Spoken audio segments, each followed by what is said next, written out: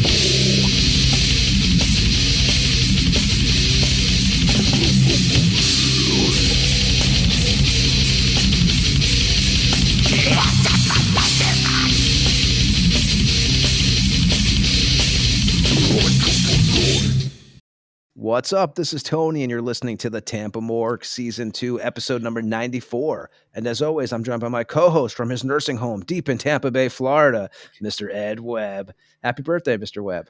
Mr. Anderson. How are you, brother? Good, man. You ready for your birthday week, man? You're going away, so first of all, where are you guys headed? We're just going up to Kissimmee, which is Orlando. We go up there sometimes for a week. It's not an Airbnb, it's a Verbo. We get rented a house with a pool, and this time around, everybody has their own bedroom, so should be great. My daughter's bringing her boyfriend, so that should be even greater. So maybe they're separated, right? Yeah, no, they're not. No, they. She's almost 20, brother. I can't legally control that. But yeah, he's a good kid, man. I'm not going to lie. I'm giving you a shout out, Mark. You'll probably never hear this because you're probably into rap, but he's a good kid, man. Honestly, he went to high school with my daughter, and I don't know how they, she was dating that army dude, and he went away and FAFO'd over there, messaging chicks and shit. And my daughter is a very smart daughter, and she found out very quickly. And she told him to just, in small terms, to go fuck himself. I was Didn't proud last of long him, too. man. I think it was like 2 weeks that happened, right? When he left, right? It was pretty much. It was it was like within a month, you know. And Yeah. then of course he started sending all these Japanese treats because he's in Japan. All these packages were coming with like Japanese, like stuffed animals and candies and shit. And she gave them all to me, and I was like, they're good because they really don't contain sugar. Because they don't eat that You over win. there. Dude, I was fucking winning. She Win said all that around. she went to put it in the trash. I'm like, let me look at that real Let's quick. think about that a little bit. You know, Yeah, fuck no, him. He but said it, and that had to cost a fortune to Yeah. send that box.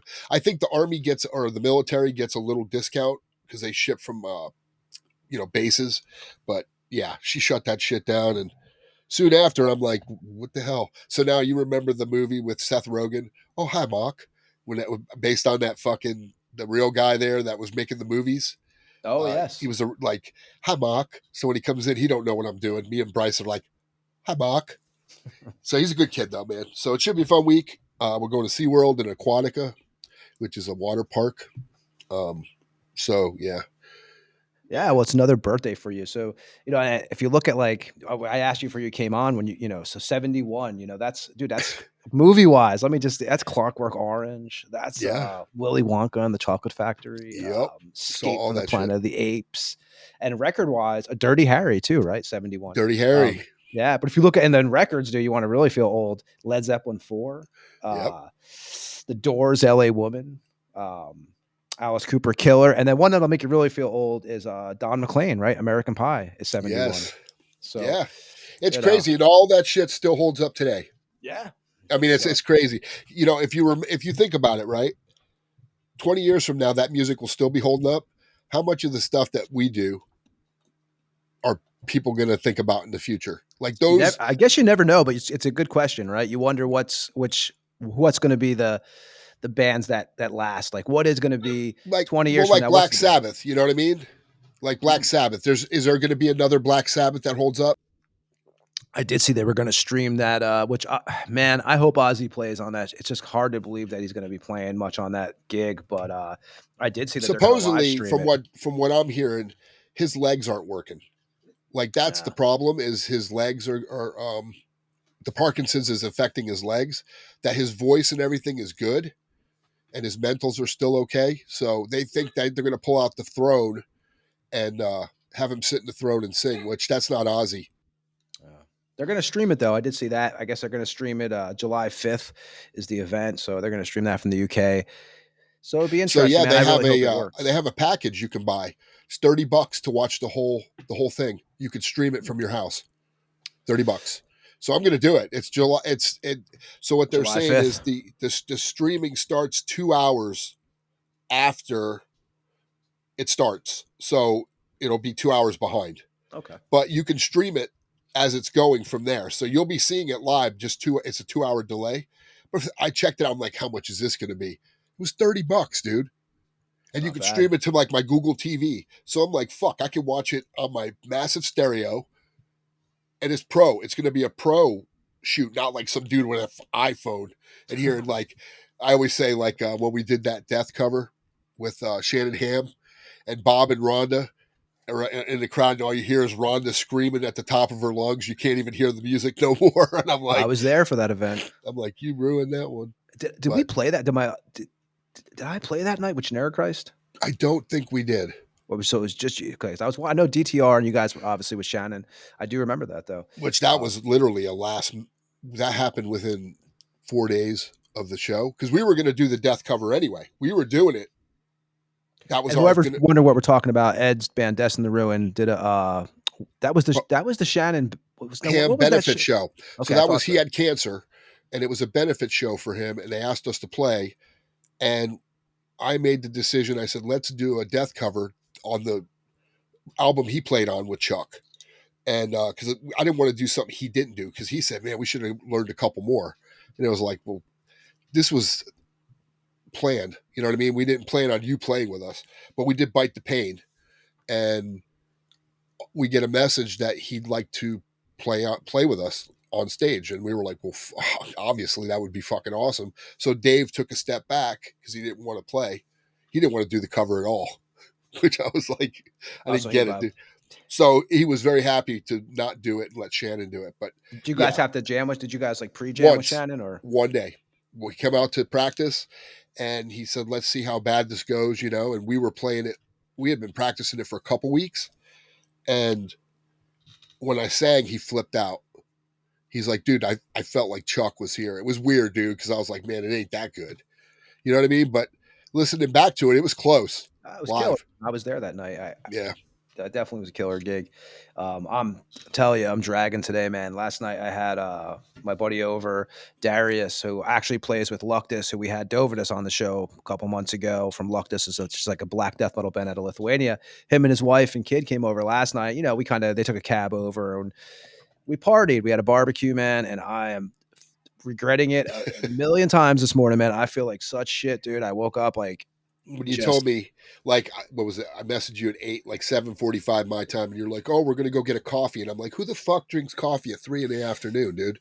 Oh, dude, I'm feeling it. Like even doing this, it's a rough. It's been a rough morning, man.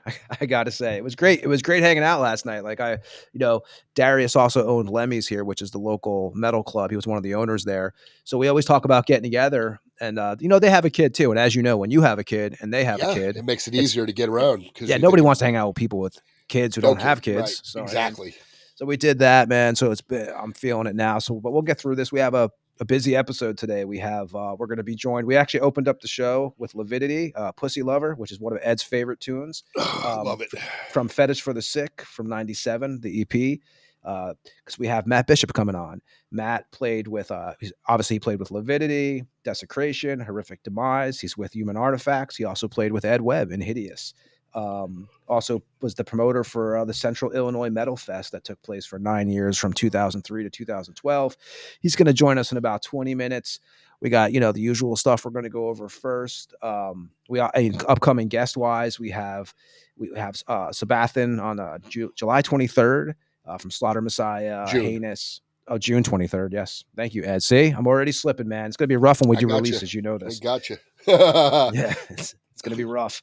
But he played with Slaughter Messiah, Heinous, Enthroned, obviously, with those 95 and 97 albums, Morbid Death. He's going to come on here. We're definitely looking forward to that episode. And we're going to have Eric from Goat Semen on next month, too. Still going to figure out a date when they get back from tour from that. And, hey, last week we had, which was a show that we didn't know we were going to do about till 10 hours prior. We had Yano from Anal Vomit on, who's now touring Europe. Great guest. If you haven't checked out Anal Vomit, they're doing 38 dates through Europe right now. That was last week's episode. And I might as well just spit it out now before we start getting to the meat of this, the beginning of this show. Anybody who hasn't heard us, you can go check us out on Spotify. We have interviews from everybody from Snowy Shaw and Nun Slaughter, Dawn of the Dead. We had Pat from Hell Witch. We had Vincent Crowley from Asheron, Dave Austin from Nasty Savage, the guys from Malevolent Creation. We had Ronnie Palmer on. We had Jesse Jolly on. We've had Morbid Saint on. We had Ritual Butcher from Arc Goat on a couple weeks ago. And the list goes on. Like I said, there's 90. So today's 94. So there's 93 previous episodes. Most of them are interviews, deep dives into the band's history. You can always check us out anywhere you can find podcasts. Updates are on Instagram, which, you'll hear again. We'll repeat this. Ed will tell us it's at the end of the show, the same information. But anybody who wants to know the latest, go check out our Instagram page, Facebook too. But Instagram is the best place to keep up with the show. So we got that out of the way, Ed. So before, Ed, first of all, how you doing, man? You feeling, you ready for your Matt's coming on. Like I said, you used to jam with him. Yeah. Yes, sir. That was kind of a weird situation. I wasn't even part of the equation, really. Him and Terry wanted to put a band together. They started talking Terry about Butler, it. we're speaking of. Yep. And, they were concerned because Terry plays bass. So they thought, does he really want to just come sing? And I didn't want to do another band right after Massacre, just singing. I don't know, man. That kind of, it's not my thing. It really isn't. I'm used to having an instrument in my hand. And after talking to Matt, I said, well, dude, I can play guitar. And he didn't realize I could play guitar. And he sent me over some tunes and I recorded them and sent them back. And he was like, all right, if you want to sing and play guitar, we can do it. And that's just how it worked. I'm not a fan of that. I did it in Flesh Reaper, but I did backing vocals, so it was a little easier for me. But I can play guitar. That's how I write all my music. I started a couple bands playing guitar. Destined to Ruin, I started playing guitar and singing. The new stuff we're doing now in Crooked Casket. You're handling all, you're writing all the tracks pretty much on the guitar. Pretty much. So it's just one of those things that I can do it. I just prefer to play bass because it's my instrument of choice. But yeah, so we wound up doing that, and then Terry said Gall was good to go from 6 Feet Under, and it just started. It rolled pretty quick because Matt wasn't doing any other bands. It was kind of Terry was the one that was kind of touring a lot with Obituary, so that's kind of where everything fell apart, was because Terry just got too busy. We're going to play some tonight too. Actually, we're going to play a Hideous track when we're talking to Matt. It was what good are we stuff, playing tonight? Man Shall Fall. There you go. There's a video for it on YouTube. That's pretty much one of the only tunes we released. We did 2 songs with Greg, but the other one, I guess, never got finished. He got the vocals, but I don't know whatever happened to it. But yeah, sucks, man. Who knows? Maybe we'll revisit it at some point. Not sure. We're going to talk about it tonight when we get Matt on here. Like I said, Matt will probably be on the next 20 minutes. First of all, before we get into the releases and stuff, we do have an email. I think what we're going to start doing once in a while is we're going to pull an email, read it at the beginning of the show. What we do with solo shows when it's just me and Ed, which hasn't been in like 15 episodes. We pretty much had a guest for the last 15. We thought we were going to do one, but then your guy jumped on, so we just decided to do that. Yeah, we have other guests we're working on also right now that we won't confirm, and we're not going to mention until it's 100% confirmed. So definitely, again, Instagram is the best place to keep track of that. But we will do an episode where we read more of the emails and stuff. But like I figure, during the intros of these shows, me and Ed could, always read one, and go through it for the people who write us, because we do appreciate it. We've just been so busy on the show lately. And even, like I said, we always get any musicians who pass away. We always hear from somebody who turns us these names over. And I only have one actually for this episode, which is great, man. The least the better, right? Victor Garcia was a vocalist out of Los Angeles for Dead Inside, An Endless Demise, and Excruciating Terror. He passed away this week, and I haven't seen any more, but that's what I have on that. And Ed, so how do you want to do this? Do you want me to do the email first, or you want to do releases? I have some shows. What do you want to do before we get Matt? It's your birthday week, so we're going to let you pick it out. Let's do the releases and the shows. This way we can go, if we have to go a little long with the email, we don't have to rush through the other things. Sounds good, man. Do you want to do, so we'll do shows first. What do you think? Do it. Okay, let me get these here. I have them in somewhat order. There is actually a few shows coming up, so I'm going to try to read them date according. Let me see here. If I take a second, I can actually do this. July 12th at Will's Pub in Orlando, Florida. Hollow Leg, Narcos, Florist, and Trash World, Florida. Doors at 7, shows at 8, $12 in advance, $15 at the door. June 13th at the Brass Mug. Vile Productions presents Tunnels of Set, Grave Filth out of Gainesville, Sacrilus, Othalin, and Horror at the Brass Mug. That's 8 p.m. doors and $10 at the door. That's Friday, June 13th. Saturday, June 14th, from Vile Productions again, Putrid Pile, Mystery Meat out of Houston, Antiseptic out of Broward County, Los Reyes Bong Death out of Miami, Law of Casualty out of Tampa. That's at the Brass Mug, Saturday, June 14th. Doors at $7, $20 at the door. It's an exclusive Florida show for Putrid Pile. 1450 Skipper Road, Tampa, Florida. And then I have, let's see here, I'm trying to kind of go in order here. June 19th at the West End Trading Company in Sanford, Florida. Amitropa, The Burial Ground, Grave Filth, Graveyard Dogs, Dreadmire, 6 p.m., $12 advance, $15 day of show, 21 and up. Tickets at drinkatwestend.com. That's June 19th. June 21st. So this, I don't know if you're going to hit this, Ed, or not, but June 21st from 2 to 4 p.m., Inhuman Condition listening party at the Rocket Records. They're doing an in-store signing. That is at 10480 North Cliff Boulevard, Spring Hill, Florida. The Rocket Club, man, that's owned by Joe Rune, right, from Firstborn, Ed. Remember Firstborn? Yeah. Yep. I think you're right. I haven't heard that name in a while. He owns that place, I believe.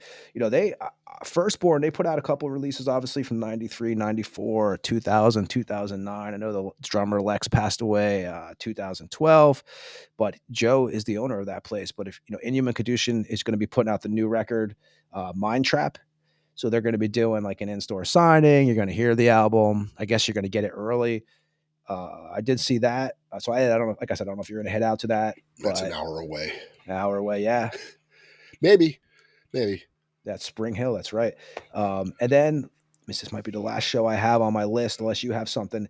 Hell Howler Tour, Casket Robbery, Autumn Lies Buried, My Own Will, Nicolas Cage Fighter.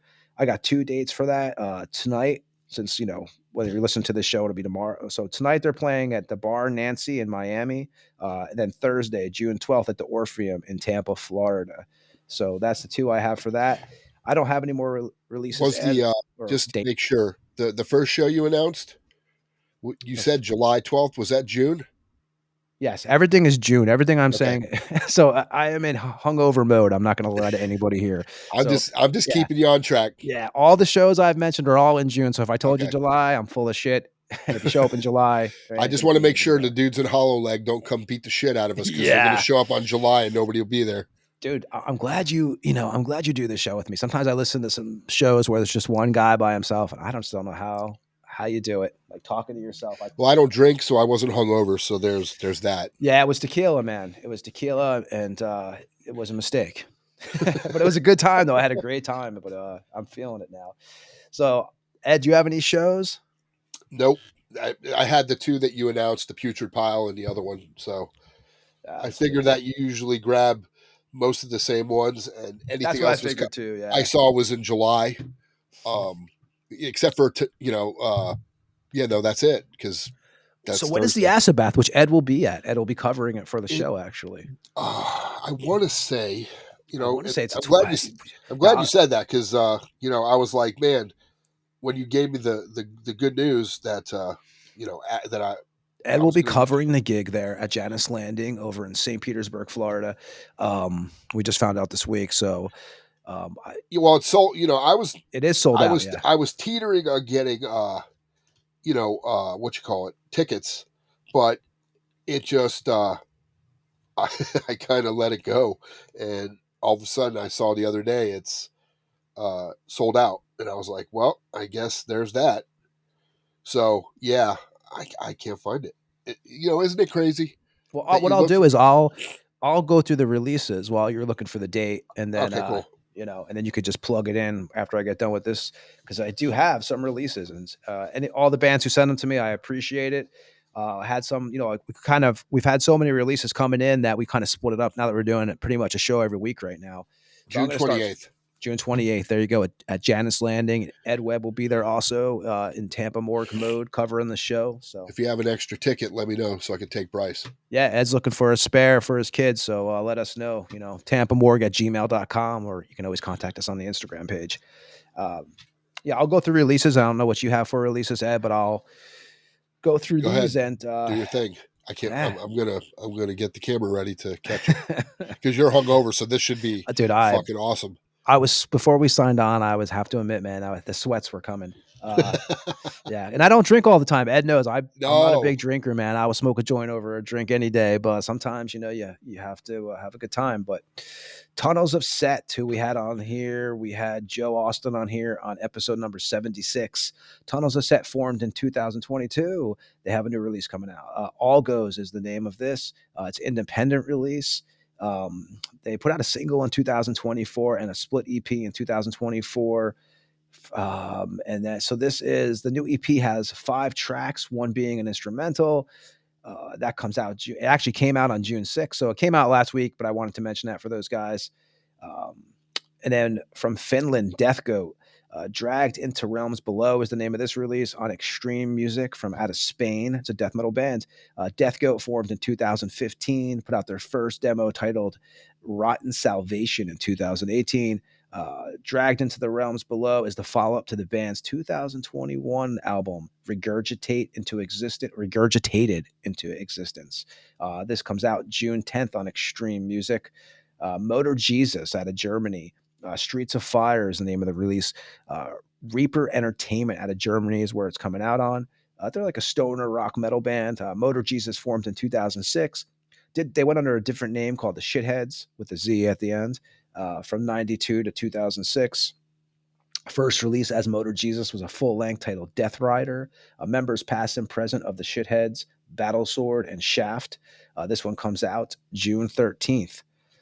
Nightbear out of Germany. The name of the record is Defiance on Testimony Records out of Germany. They're a death metal band formed in 2017. First release an EP in 2018 titled Stories from Beyond. This will be the band's second full length to follow up to 2022's Ghost of Darkness to come. Members past and present of Burden of Grief, Bloodwork, Hate Force 1, and let me see here. This is out. Defiance is out June 13th. Under the Ashes, the UK death thrash band. Sacrifices Heaped is the name of this record. Comes out independently. They're putting it out. Under the Ashes, formed in 2022. The first demo and only release prior came out in. Let me see here. I don't see a date for that, so I'm going to have to leave you hanging on that one. But this debut has 7 tracks, and it's available June 14th. Death Blow out of Utah, thrash metal band, EP titled Open Season. That's an independent release. Death Blow formed in 2012. Debut release was the band's 2014 release, Prognosis Negative. Death Blow released 2 full lengths, and this will be the band's third EP. This EP has 4 tracks and is available June 16th. Moon Oracle out of Finland, Guardians of the Lunar Spears. A B-Style Burst out of Finland is the label it's coming out on. They're a black metal band. Band's first release was Muse of the Nightside. Muse of the Nightside in 2021. Did a split with let me see here, Sombre Figures out of Finland in 2021. This will be the band's third full length. Members of Blood Red Fog, Ride for Vengeance, Malicious Death, Verge, Reptile Womb, Ritual Violence.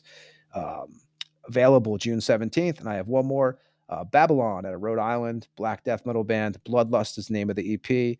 It's going to be independently released. Band formed in 2024. The debut was an EP that came out in January of 2025 called Blood Offering. Bloodlust has 7 tracks, and it will be available June 17th. And that's what I have because, like I said, we'll be back on next week with those releases. We're kind of splitting them up a little bit because sometimes we have like 20 releases we can go through.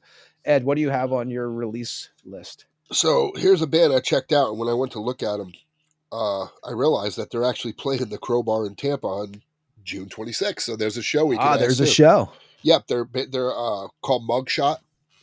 I saw it and I was like, the cover looked kind of cool, and I was like, well, let me check this out. And I listened to them, and they were pretty heavy. I don't know if I would consider them death metal or like hardcore mixed with death metal, but it was heavy. It was really heavy, and it wasn't bad at all. I'd never heard of the band, but yeah, they're playing the Crowbar. Because on Spotify, it actually tells you if they're playing concerts, which is cool. But they're playing with a band called Orthodox and Omerta. So June 26th at the Crowbar. And Mugshot, I Will Be Here Forever is the name of the record. Catatonia, we know who they are. I've seen them on the cruise. They were good. If you like that kind of metal, they're different. Kind of, I don't really like to... like In Flamesy, but different, like that kind of where they do the heavy vocals and then sing. But Nightmares as extensions of the Waken. Okay, that's a weird one. A band I've been listening to on Liquid Metal because they don't do anything but literally pound you with these bands when they come out. And some of them I'm like, how do you get on here? Like, there's so many killer bands that come out with new records and you never hear them on Liquid Metal, and a lot of times I'm wondering, how much do they pay? Because I don't know how that shit works, but because I'm like thinking we're on Century Media. There's a ton of not Century Media, Metal Blade. I'm thinking Massacre. We're on Metal Blade, and a lot of Metal Blade releases, Cannibal, all these bands are being played on Liquid Metal. And I'm like, I sure hope when the fucking Monstrosity comes out, it better fucking be played. I better see new, because every day it's like new music, and then it's some band I've never heard of. And a lot of times it is terrible. And I'm just like, how did you get on here? But this is a band that they've been playing nonstop. They're called Paleface Swiss. I don't know if you've heard of them. I have not. But at one point they're playing and I thought it was Slipknot because it literally sounded like that same Joey Jordison drumming with that same beat that Slipknot does, with the heavier side of Slipknot, not the early days. But then I'm like, oh, Paleface Swiss. The fuck is it? And then they changed, of course, and they did their own thing. But the name of the record's called Cursed, the complete edition. I guess that's must be a complete edition. But I listened to it. It wasn't bad. Like the songs they're not playing on Liquid Metal sound more original. So, and then of course a band. I know you've heard of Volbeat. Yes, I have. You know, I've actually. I don't think I've ever heard them, but I have a couple of buddies who talk about them. Yeah, they're just the guy. The guy has a very weird singing voice, but the music's heavy. And I know the dude that used to play in Anthrax played for them. So the guitar player. So I checked it out. It's, if you like Volbeat, you'll like it. God of Angels Trust. And that's what I got for new releases. There you go. That's you know, like again, anybody who sends them to us, we definitely appreciate it. You can always send them over to the thetampamorgue@gmail.com or message us on Instagram. And I have an email before we get to Matt. Like I said, we got Matt Bishop coming on from Lividity, x-Lividity, you know, human artifacts and stuff here in a few minutes. Like I've known Matt. I actually met Matt through Ed. So we all know each other. So it should be a good episode, you know, catching up and just bullshitting, man. I haven't talked to him in forever. So I don't know when the last time you talked to Matt was, but I talk to him on Facebook every once in a while. I mean, the first time I met Matt was when he brought Massacre to the last century, you know, the CIM to play. And we played actually the same night we played with Monstrosity. Go figure, right? it all works out. Yeah. You know, so works that's out. just funny how that works. But yeah. And so, yeah, I'm going to read this email. We'll bang this out and then we'll get to Matt.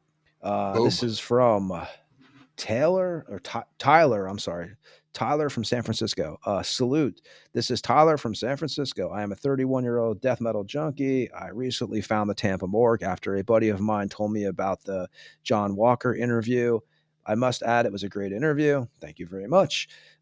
My question is, what bands out of Tampa Bay, Florida area who didn't have success would you recommend, past or present?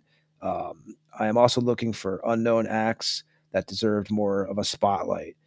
Keep up the brutality and content. Blood and Guts from Tyler. So thank you for the email. Ed, you can go first with this. I'm never good with these things. Who would that has not got the glory? Eulogy. You've been around for a long time. Eulogy would be one for sure, because that band still to this day, people know who they are. They just, you know, it just never, shit didn't work the way it was supposed to. And Jared's still out there in the music scene doing his thing too. Yeah. Yeah. And he's a fucking engineering god. If you want your record to sound, you know, fucking awesome, Jared's like the guy. I mean, him and Scott Burns just did the new Gruesome, so that ought to tell you something. Yeah, we're talking about Jared Pritchard. Yep. So Eulogy, man, that's a hard question. It's a hard question. I should have actually. Generic Christ. Exactly. For sure. Fucking for sure. Because you know why? We listen, we are like, when I think, and I've been in a lot of death metal bands and bands in general, what we were doing was original. You know, I truly believe that, and I just don't understand how some bands got picked up and we never. Well, I could say that about Destined to Ruin, actually, too, man. You know, like that was so short-lived, though. You know, Generic. That's the problem. Such a long, very long. We've been doing it for 2008 was when I first played in the band, so that's 17 years. I mean, yeah, it's been a long time, man. I mean, but I there's a lot of, you know, it's a hard question because we've, like, you know, for me, even, I know Ed's been in the Tampa area longer than I have. I came there in like the mid 90s. Even booking shows and working when I was writing for the zine and stuff, like there's a lot of bands that you say to yourself, like, I'm going to go with one that we've played on the show, and I've talked about them several times from Pensacola, Iron Cross. Like, I thought, I don't know, the obviously the 86 full length, or Die Like That, which was actually one of the tracks we played on here from that EP in 87. I thought they were a killer band. I still recommend them. I remember we had John Berry on from Slaughter Messiah last month, Yeah, so we trade back like some band links and stuff like that, and I always recommend Iron Cross. A band that I always also get, I think I mentioned the last episode. Ed knows that I have a lot of. I always liked Reapermancer, a band we used to play with. I thought they were a killer band. There's just so many. It's hard to, you know, and I don't even know what making it means anymore. But there are bands that like I thought were better than some of the bands I've seen come through on tour. Sometimes I'll put it like that. What I'm trying to figure is bands that actually put out a record that didn't do anything. That's why I'm saying we have three full lengths out that we financed ourselves. So we had no backing. Yeah, and some bands just take off right away. You just never know. I mean, but there's, I mean, Ed, think of all the bands you've played with. Like, there's probably bands where you're like, just there's so many that's hard to like when you're kind of put on the spot to think of them. Like we have friends bands that we play with who are killer in Tampa through the years. Like, we've played with Promethean Horde or bands like this or even Ulcer. They were huge here. I mean, I just talked to Mitch. Actually, messaged me probably 2 weeks ago. It's funny you mentioned them. Yeah, I mean, even Contorted. We were, you think about it. We came off the heels of playing in Brutality. That's that lineup minus Jeff and Scott. We formed a whole new band and did our own thing because we didn't sound anything like Brutality. We kind of took what we were doing and made it our own, and they put out a record that never even came out. Like they recorded it, it's sitting there. Pete told me it's sitting there, and they just never released it because they never had anybody want to release it. It's hard to release your own shit, into the world, even though we have Spotify and Bandcamp. It's getting the word out for people to even check it out. And we have power here, labels, dude. Like we know. Me and personally, like with our band, like we put out a few records with Flesh Reaper and Generic Heist with this label, Metal Bastards, or they went to it. What were they? Metal Fighters. They kept on switching names, and it was just a total shit show, man. They were like putting out our releases without liner notes in them. I remember we put out this. We had when we were doing Flesh Reaper, we put out the Cast Catastrophe record, and I didn't see a copy of it for a year after it was out. I had to get it off of like eBay or Amazon, to get to even see a copy. And then eventually they sent us the discs, and there was no liner notes inside of them. So you have to be so careful with labels because it's. I had to. So remember, I had to send a couple emails. Yeah. Yeah. And that's when you were doing Massacre too. So it was like, you actually had a way to a voice back then out there a little bit like to, hey, this. Well, and I remember, if you remember, kind of like Rattan did with the Hate Eternal. He didn't want them putting a sticker that said Morbid Angel. He wanted to do it on his own, not having something to try to propel him. And I told them, do not put Massacre or Diabolic or none of that shit. And what did they do? They went and threw it on there. They fucking did it. As their promo. It's not even a sticker too. You can't even, and actually take it off the record. Yeah. It's funny because guy Chris that I met through Yarno from Ern, who came on our show, he actually ordered a copy of the record you're talking about, which was Taste of Death on vinyl, which came out in Germany. And when we got those copies of that record, we didn't know they censored the cover. And he was, I've gotten complaints about that. People who bought the record and were disappointed because the cover was censored. We had no choice. We weren't even told about it until we got the box of vinyls from the label. And, I was mad. Oh, dude, it sucked, man. But yeah, anyway, there's, Tampa has obviously some great bands. It's hard to think of all of them right now. And that's why I think like, first of all, I need to probably mean you need to pre-read these a little better, to kind of come up with some names, because on the spot it's hard, isn't it? But I always say Iron Cross. I'm trying to think. Yeah, I just try to think, just in general, because I'll even say Druid Lord. They play a lot of shows, but they're not really. They've been around for a while, them everywhere. Man. They've been around, and they should probably be bigger than they are. I know they played Maryland this year, but look how long it took them to get there. Yeah, well, they actually had a tour booked with Hooded Menace, and then the COVID canceled that out. So they've had some, because they put out, if you think about it, Hymns from the Wicked, that was or Hymns for the Wicked, that came out 2010. So they've been around for a while, man. Yep. Man, for sure. Now they're on Hell's Headbangers. So like Ed said, they are doing. I know they're getting some killer shows. They just but I think the last full length, I'm trying to remember. Relics of the Dead. I can't remember if it was 2022 or 2023 it came out, but they're still going, man. And Tony's obviously not in Massacre anymore. I know he was actually a guest, which I did not hear, on Death Metal Dave's show a couple weeks ago. Yeah, I Tony saw Black that. we're talking about. Yep, I saw that.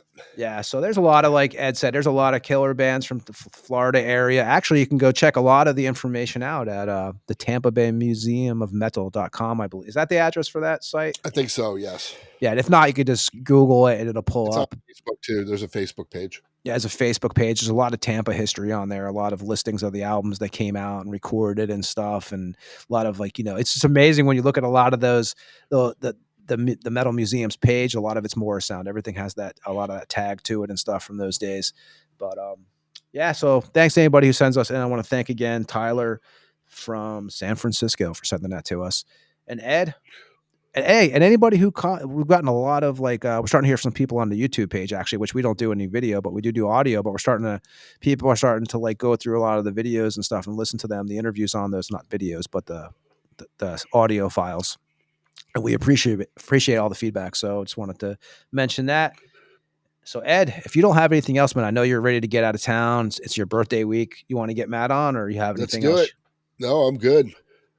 Okay, so let's do it. I'm not going to be drunk this week, so there's that. I'm going to go after this. I'm going to chill, man. It's going to be I drink a lot of water, but so we're going to play some Horrific Demise. We're going to play Religious Hypocrisy off the Excruciating Extermination record that came out on Comatose Records in 2019. We're going to play that, and then we're going to be joined by Matt Bishop. So we'll be back on the Tampa Morgue after this track. This is Religious Hypocrisy from Horrific Demise. We'll be back on the Morgue after this. They are godless people, infidels. They have sinned against God and against His only Son, Jesus Christ. They must be punished. Do not fail Him. Strike down with His vengeance. Let none survive.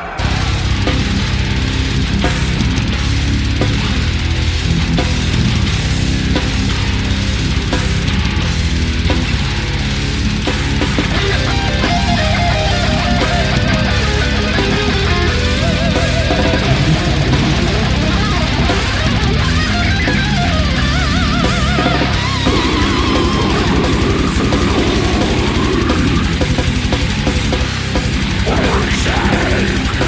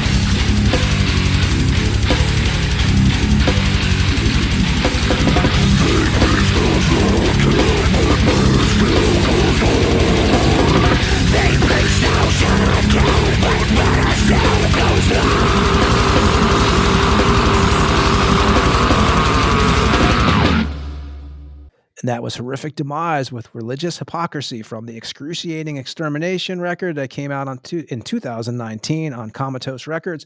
And we are joined by Matt Bishop. How you doing, man? Good morning, guys. What's up, man? Good morning or good evening, wherever you happen to be at, since we're all in 3 different time zones. Yeah, dude. And I don't think the last time I saw you, man, was probably 2016 in Ybor when you guys played at what was it, at the New World Brewery? New World Brewery. Yeah, with the Gruesome. Yeah, that was the last time I think I've seen you. Yeah, other than just seeing, your photograph and, stalking each other online, I guess. Yeah, totally. Watching us all get older with Dude, honestly, up until this, like the past 2023, that was probably the last time I've actually done anything live was those shows. That was like the last time. It's been a long time. And time flies as we all, you really realize, actually, first of all, man, too, you just played Maryland Death Fest. How was that? Dude, you figure, I'm 51 now. I've been in the scene since, 1920. And man, Lividity got asked to do the very first one and we couldn't do it because of just the way that, one of the guitar players' schedules were around that time of the year. And, we played at 4:30. We opened up the whole festival on this, on the Baltimore soundstage. And, I'd say maybe 15, 20 minutes before we played, not a soul in the place. By the time we literally were getting up there, hitting the intro, boom, man, it was a humbling experience. It was something that I needed, kind of a bucket list thing when you get to the point where, I've been pretty blessed to do. I guess that's the only way I can really express it, to do a lot of cool stuff and, be around and see the golden age of the scene. And, it was nice to kind of cross something off the bucket list after all those years, you know what I mean? And it was, man, it's a really good time. Crowd was into it. It was a blast. That's awesome, man. And we're gonna do what we do on this show. We're actually gonna go way back. We're basically out of the womb. We start. Heck yeah. So you were born right in Champaign, Illinois. I was born in Terre Haute, Indiana. Ah, okay. So, and when did you move to Illinois? We were living in Illinois at the time. I just think when my mom went into labor, we were actually in Marshall, Illinois. So the closest big hospital was Terre Haute. So that we just, I was Indiana native by association. Oh, okay. And when you come from like a musical background at all? Was your family and I'm talking way before metal and all that stuff? Oh, heck no. Other than, just liking music, I can remember probably the earliest, things of music is like remembering my mom like cleaning the house and like cranking the TV up with the old stuff that she wanted to listen to. And as we were giving her like the evil eye, she'd crank it up even louder. You know what I mean? That's like early remembering of like, music and everything. Like, listening to the radio when you hear the stuff on the radio and you mess up the lyrics. Oh yeah. Sometimes the lyrics that you think are better than what they actually are saying. That's absolutely right. There's a Dangerous Toys song I was actually listening to the other day where I was like, holy shit, I've listened to that song for like 30 something years and that lyric was in the second verse. I had no clue. It happens all the time. It's funny which we'll actually mention. Me and Ed are both into the 80s stuff too. We all grew up. You have to start somewhere. And you mentioned Dangerous Toys, great band, Jason McMaster, obviously. All those, the Badlands and all those 80s bands, man, there was some real gems out of those groups. Do you remember the first actual like music, the first band that caught your attention? Whether it be, we all, like I said, we all start out, usually for me, it was like AC/DC and Grim Reaper and stuff. But what would it be for you, the first thing that really caught your attention as a kid where you're like, oh, I like this? I definitely got to agree with the AC/DC thing. I was actually ironically, Black Sabbath was like not one of those introductory brands for me. It was more like, AC/DC, Queen, yeah, Rush, and stuff like that. That's why my cat's named Geddy Lee. I'm a huge Rush fan. But then really the biggest band that made me say, okay, where you take like what do you call it? Like the tennis racket or something, and you turn it on its side where you can pluck it like a guitar, was Out of the Cellar from Rat. Wow. Yeah, and that's a lot of things. Like people that know me, like on a personal level, I am huge into like Wasp, Rat, that whole era of music. And if you really, if you really listen to that era, and sometimes listen to a lot of the music that I've done and written over the years, it's almost like the same formula, but more in a death metal sense. You know what I mean? Because I'm very influenced by that, almost more than some of the death metal that's out there, to be honest. Well, yeah, I think there's a lot of people who deny it. Like me and Ed always talk about it. Like you have to start out somewhere. And for me, like I was a big, like White Snake before the '87 album, though. Like, because my parents, were listening to when White Snake was more of a blues band. When you had the John Lord in there and stuff like that, Thin Lizzy, or like first two Motley Crue records, and I hear people be like, "Oh," I'm like, dude, when you're a kid at that age, like we're all about the same age, all of us here. And those were the bands that was the gateway. That's what kind of led you to these things, I mean, and it scared Def the crap Leppard, out of you. man. Early Def Leppard. Do you remember how you felt like the very first time that you saw Slayer's South of Heaven album? Oh yeah. In a record. Yep. You almost like the first time that, because you only heard about rumors back then. You didn't have like the internet where you could look stuff up. I remember when I bought my first King Diamond album, he worshipped the devil, man. And you just felt so like you'd go in your bedroom, you'd turn it on, and you just felt so wrong for listening to it. You didn't know, should I be listening to this? Today's age is so desensitized with everything, trying to outdo everything. They don't get to have that pure feeling anymore. Yep. Well, I think King Diamond was the first one I remember as a kid. Like, actually, there was a Geraldo Rivera special about Satanism, and they had King Diamond on there. And my parents are like, my dad was like, "Oh, this is blah blah blah," and I never heard an artist come out and say, "I am a Satanist." And I was just like, "What is this? I need more of it. I need to hear more of it. Where do I find this?" And of course, there was that scared thing, right? Where you're like, "This is wrong," but you had to have it, Right. Yeah. Do you remember the first record that you actually picked up? What, you want to laugh? You want to laugh? This question, this question gets a lot of people. Some people don't want to answer this one. 2 albums I ever owned: Bryan Adams' Reckless and the Rocky IV soundtrack. There you go. Those first 2 albums I ever owned. You know what I mean? True story. And I mean, that Rocky IV soundtrack used to get me pucked up. He dies. You know what I mean, dude? Follow died like a kid my age back then. You know what I mean? And stuff like that. But yeah, those were the first 2 albums. Then after that, it was Out of the Cellar from Rat. What about your first show? Your first concert that you went to? Oh crap, man!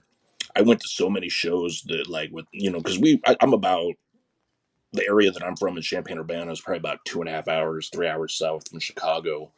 So I think the very first show I went to was a punk band called Screeching Weasel out of Chicago. Oh yeah, I know Screeching Weasel. Ben Weasel.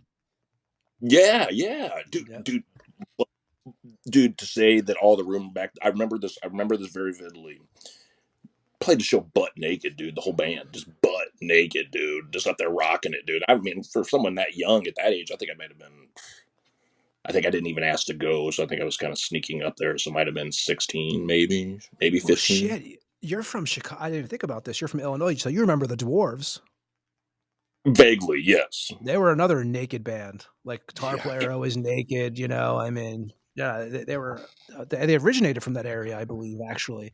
So how was the venues when, once you figured, so you start going to shows, what, 14, 15, 13, around that area? It was a lot of shows were at the Vig, bigger shows were at the Vig back then. Because I can remember seeing like, White Zombie before they got big. I can remember seeing, dude, I remember there was even like a Nirvana show before they got big. Wow. And like all that stuff, like back in the day. So I was not really like, I really like started out like, the very first, band I played in was like a punk band called Rivethead, where we did like Dead Kennedys and Misfits covers. Yeah, I heard it. Yeah, I was reading that actually, that your first, which will actually I won't jump ahead that far, but yeah, I actually was going to ask you about that. Because you figure what I'm trying to think of the years. You're about what, 80s, 90s? Because you played in a band. I'm trying to remember the name of it here. You played in your buddy's bedroom actually with a band. It was you and Vaughn Young, right? You guys played in a band called Abaddon in a bedroom. That was Aaron Heath, the other guitar, my longtime partner from Lividity and who plays in Human Artifacts, the other guitar player. That was him. And that was like the pre-Desecration band. And that was another guitar player. No, that was actually another guitar player named Matt Zielinski that I think was the guitar player in that. Because at that point in time, I had already kind of moved on from the punk band, kind of Rivethead that I was doing, because that really didn't work out. And then I was doing, I mean, this was back when, we used to steal names from everybody because you didn't have the internet to know about bands. I had a thrash band called Malicious Intent. Very, I would say, influenced by like your Dream Theater Overkill type thing, believe it or not, like, very different. So that's what I was kind of doing at that time, around the time that was going on. So, and I think I had also heard you say that when your first interest in really playing heavy was when you first heard the Garage Days 598 EP. It was, I mean, anybody can sit there and lie and say like where Metallica's at now or whatever, but it's like, dude, back then, man, when I literally, it was that, and it was my buddies down in since I recently moved back across town on Marketplace or Bradley Avenue, my buddies were practicing in their little garage band down in the basement. And then that's where I heard that album. They were doing that, playing all types of Metallica covers and Guns N' Roses covers. And that was pretty much where I was just like, I like this stuff. This is pretty cool. So. And for your first instrument, I know you're a multi-instrument guy. You play what? You have guitar. I mean, what was the first thing you picked up? The first thing that was actually like I tried was violin. And that really didn't stick. You know what I mean? I didn't really, I don't know. It just, the whole regiment of trying to learn notes. I mean, I just didn't really, blend on. So then I actually moved to the guitar when my mom bought me a Yamaha RGX, I believe, red. So that was like my first guitar, and then like some gosh, I can't even remember what amp I had. But yeah, that's when I pretty much started playing. I think that was like, gosh, how old was I? 13 or 14 maybe. Now, do you play every instrument? Oh no, I could probably play bass and guitar. I am literally a Neanderthal, man. I'm meat and potatoes. I wish I could say I have this evolved like theory and like music and everything like that. It's all right here. It either sounds good or it doesn't. So I wouldn't know an A chord from a G chord, an F chord from a C sharp. I mean, I know how to tune my guitar to C standard. But yeah, I'm one of those guys that really, and that's probably one of my biggest regrets in music is I didn't like spend the time to learn a lot of that stuff. And you're self-taught? Yeah. What were some of the music stores you're hitting as a kid? Because back, I hate to say our time period, but that was the time period where you would go to the music store, you'd see that piece of paper hanging up, guitar player wanted, and it would be all cut into strands where you pulled off the tabs, to find band members and stuff. Man, what was some of the places you were hitting as a teenager? We used to have this local music store called C.V. Lloyd's. I mean, Champaign-Urbana, I would say, you're looking at about 100,000 tops, maybe 125,000 tops between the two cities. So you're not talking a big, huge amount of stores and stuff like that. So there was like that. And then there was another store called Baldwin Music that eventually shut down and then moved into something named Corson Music. So, but yeah, I can totally remember that. It was really hard to get like a lot of interest from people back then. And if you do, they wouldn't be, me and Aaron, growing up, who Aaron is, I reference him a lot. He's the other guitar player in Human Artifacts. He was in Lividity with me for a lot of time. We were like the very few that got into the really heavy stuff. Most people would hit Metallica, maybe they would hit Slayer, but we would hit like, Benediction, Asphyx, you know what I mean? Deicide, Obituary. And most people would look at us like, dude, turn that shit off. And didn't want to hear it. You know what I mean? So we were just like kind of like fish out of water. So we spent most of our time like on Mittendorf Avenue across town, and like, with his little like Marshall half stack, just listening to the albums, trying to like, and truthfully, I owe a lot of where I'm at today from him, because he was a lot more advanced in his guitar playing when he was really good and was playing along with these albums, and I was just dumbfounded. I was like, wow, this dude is cool as fuck. You know what I mean? So it kind of motivated me to start getting behind my chops and play a little more and stuff like that. So But yeah, those are the bands that kind of got me excited and got what I got excited about. So you obviously, like the rest of us, got into like the Florida bands and stuff, the Oh, Obituaries and yeah, for sure. Like, I'd say the Malevolent Creation album, Retribution, is the album that said I want to play death metal. And your actual first show was what? So because you played with Rivethead, like you said, Malicious Intent. When was your first time actually being on a stage? I actually know this. The Where Else Club, Clinton, Illinois, 1993, I believe. So, and that was, I mean, gosh. And that was where like all your shows were on like VHS tapes, and you're lucky to still have some there. I can remember it was definitely a lot of faux pas for the very first live show and stuff like that. A lot of mistakes, but hey, we did it, man. I'd never been more scared in my life. I think I had to piss like 10 times in the first like 5 minutes before we played. I was scared out of my mind. Well, that's pre-Desecration, right? Because that's what band was that? Yeah, that was Malicious Intent. That was the thrash band that I was in, because I was the only band that I really did a lot of gigs before Desecration. And then after Desecration, went Lividity was shortly after that. So we mentioned Devastation, 94, 95, you formed the band, death metal band with Aaron Harper, which eventually, like you said, became part of Lividity, then Human Artifacts. And Aaron himself, he's actually an English teacher. Yeah, that, and he's a Kung Fu instructor too. You guys put that band together. You guys put out a demo in 95 called The Unspeakable Acts of Cruelty and Torture, which is 4 tracks. You guys recorded that at the Reel to Reel Studios. Was that a basement studio? Oh, that was like a studio in the guy's house. Like the drum room and the main recording room was like across like the house, like near the garage. And then he had like a council like room in the bedroom. Oh, that was totally old school. So was that Dwayne Tam, the guy who owned that studio? Oh, a lot of partying since then. I do not remember, to be totally honest. I remember the guy named Thad Legan is the guy that hooked us up with him. I do remember that.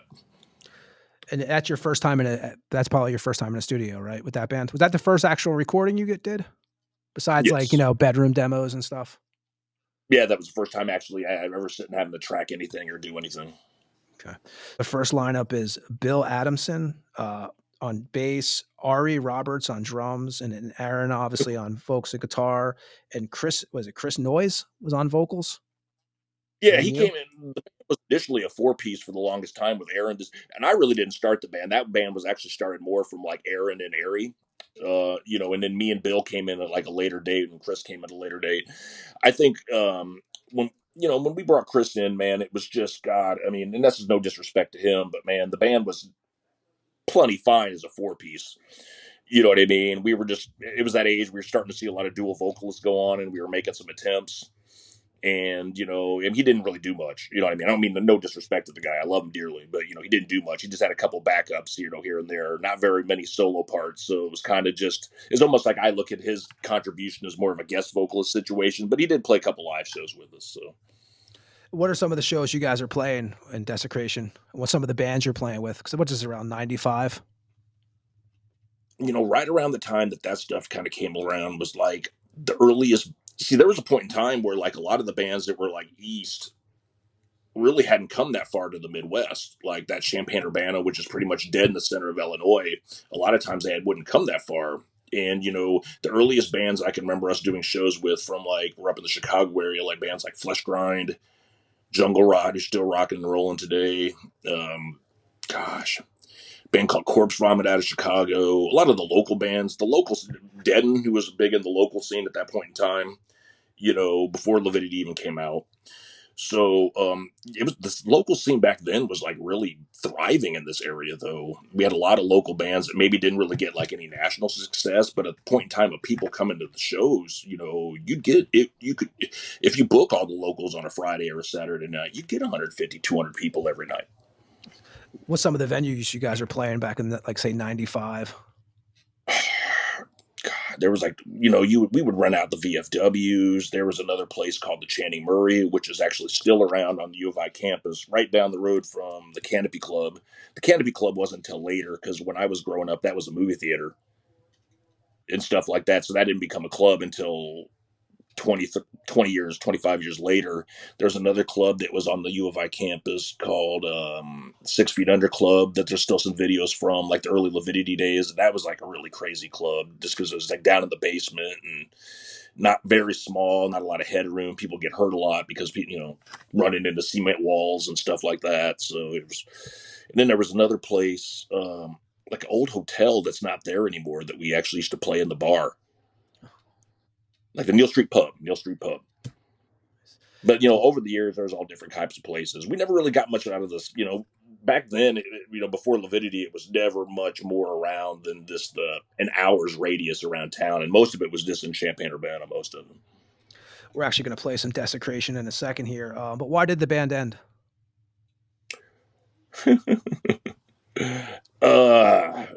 Politics, man, back then. There's a lot of there were some power plays, and a couple of the guys in the band were wanting to do something different instead of just coming out and say what they wanted to do. So right after we actually put the demo out, there was like 2 bands that were trying to kind of form with different members, and it just caused a lot of rift. And ironically, that's the other band was a band called Section 8, which when those 2 members left that band, the other 2 members were left was Dave Kibler and Tommy Davis from Lividity. So that's how Lividity came around, when kind of that little drama happened. Literally out of that's when those 2 guys, I contacted them to see what they were doing. And they're like, well, we're going to do this Lividity thing. And I was like, oh, we'll go from there. There you go. We're actually going to play Spiritual Demise from Desecration off of the Unspeakable Acts of Cruelty and Torture demo. And we'll be back with Matt after this track from Desecration.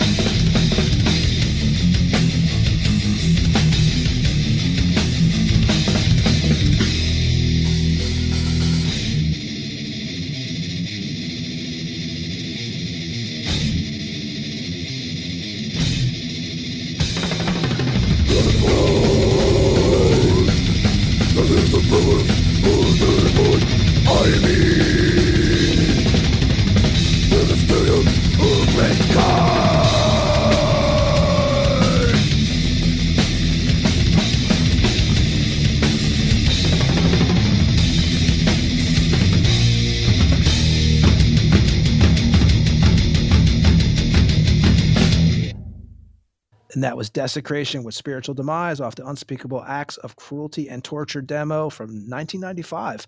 So again, you brought up Lividity. So 1995, you also joined Lividity.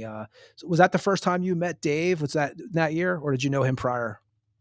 Oh no, Desecration had been like doing shows with his other band, Section 8, who was, I would say, the only band that was like even anywhere close to heavy. I mean, they were definitely one of the most brutal things in the area next to Desecration. Everything else was just kind of like popcorn crap. And so, yeah, he was just a maniac. So I always had known him for years and all that stuff. He lived in Decatur, which is about maybe 45 minutes away from me. So when things kind of dissolved, I don't remember exactly. Maybe I sent him an email. Maybe I called. I don't exactly remember how that went around. But reached out to him. And initially he told me no because he wanted to do the Lividity thing. And then he reached out later and said, well, I've got this thing going on. I guess, because when we initially heard the Lividity stuff for the first time, he had a demo out that he was just kind of showing everybody, which him with the drum machine. Was that the Impalement demo? Because it was a one-man band at first, right? Yes. And man, I mean, it was at that point in time, being just where my head, and I was pretty young, you didn't hear drum machines before. You didn't hear a lot of that stuff way back then. That was like kind of some of the drum machine and trigger revolution of things that were to come with the drums. And it was just not really 100% my thing, to be totally honest with you.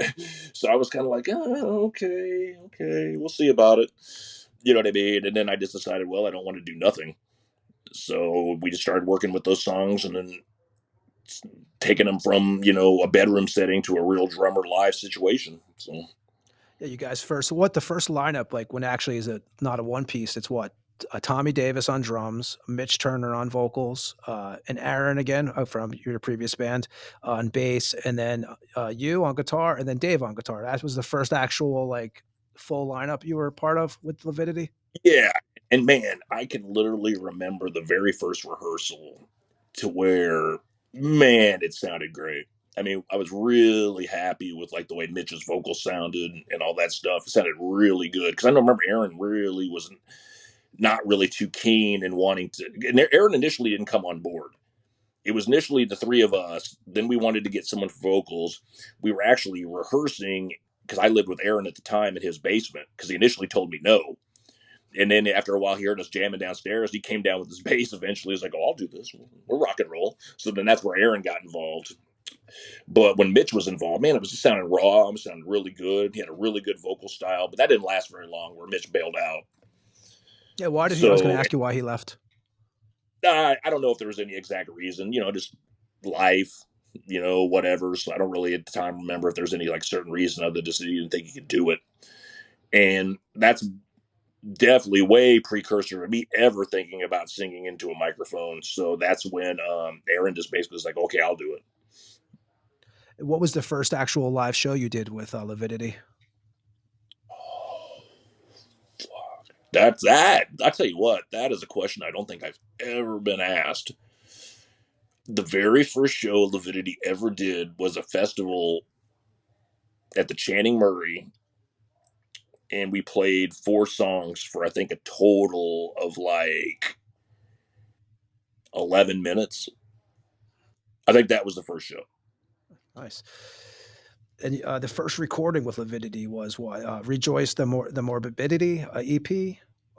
Yeah, that was actually the first one that as far as had the 4 of us all together doing it and stuff like that. That's so that was that only released in Europe when that first came out? Yeah, I mean that was only that it was only released initially on cassette in Europe from Immortal Records in Poland, and that was like, yeah, and you talking about the art? The art was done by David Maladondo. Is that correct? Yeah. Yeah. Definitely. We got a little flack for that art. Some people just thought it wasn't reminiscent of what the band was about at the time. But, we were still pretty,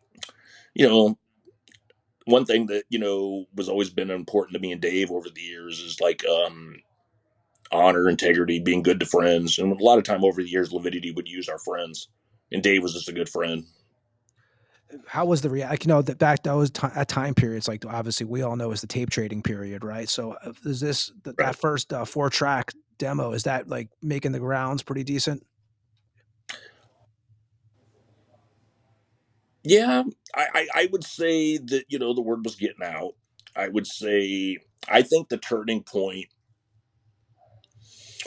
the turning point for like when Lividity started to get like a little bit noticed was, it was two factors. It was one,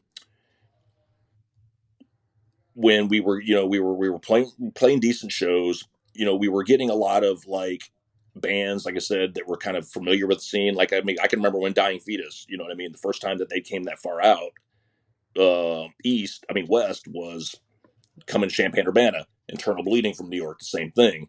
The old, oh man, it's just like I said, a lot of these bands were making, that's where we were kind of getting there, not so much from playing a lot of shows, but getting to know people. But then once initially when Aaron left the band and I eventually went over to vocals, I think once the transition started to say with the outrageous stage banners, that's when things started, where people started taking notice. And you mentioned Aaron leaves. So Aaron leaves and Mike Smith takes over, right, on his spot. Why did Aaron leave the band? And you don't have to answer. I always say, I didn't pre-tell you before you, but you can always say what you want. Don't have to say what you want. We don't. Oh yeah. Well, don't. First off, me and Aaron are just. that's like my closest friend in the world. A lot of the reason that I even do Human Artifacts right now is because I get to look. That's my Dave Murray. That's my it's my Jeff Hanneman. You know what I'm saying, and stuff like that. To be able to look over at him, we grew up together. That's the whole reason I do it. It's not about like excitement or getting people to buy CDs it's just about friendship and having fun. But I think at the time he just was wanting to do other stuff. He's a commercial roofer at the time, and just think he was looking to just do some other stuff at the time. You guys, like I said, you guys got Mike Smith from Dreaded Infection comes in the band. How did he fit in? Man, Mike was great. Mike was we used to call him Papa. And Mike was kind of the one that would keep us all in line. He was the, really responsible adult figure that would kind of, definitely, I know, was not a fan of the lyrical content. He didn't do it for that. You know what I mean? He actually did it for more of just enjoyed coming out and having beers and hanging out with the boys. You talk about the lyrical content. I would say from a lyrical perspective, just, you just by the Desecration stuff. I think I came off a lot more of, the era, like more, evil type of stuff, a little more, mystic type of, and it's just so funny when you do some of these interviews, people, the thought process that they thought went behind it. If I could express to you that some of the thought process that went behind some of the Lividity lyrics were literally, okay, the song's done.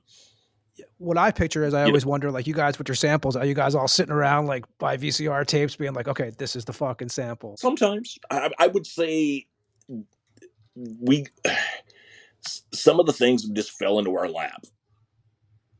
And that, like I said, perfect. You ever just believe in like fate, and like perfect mistakes? Yep, definitely. That's exactly how like some of the samples that we used happened.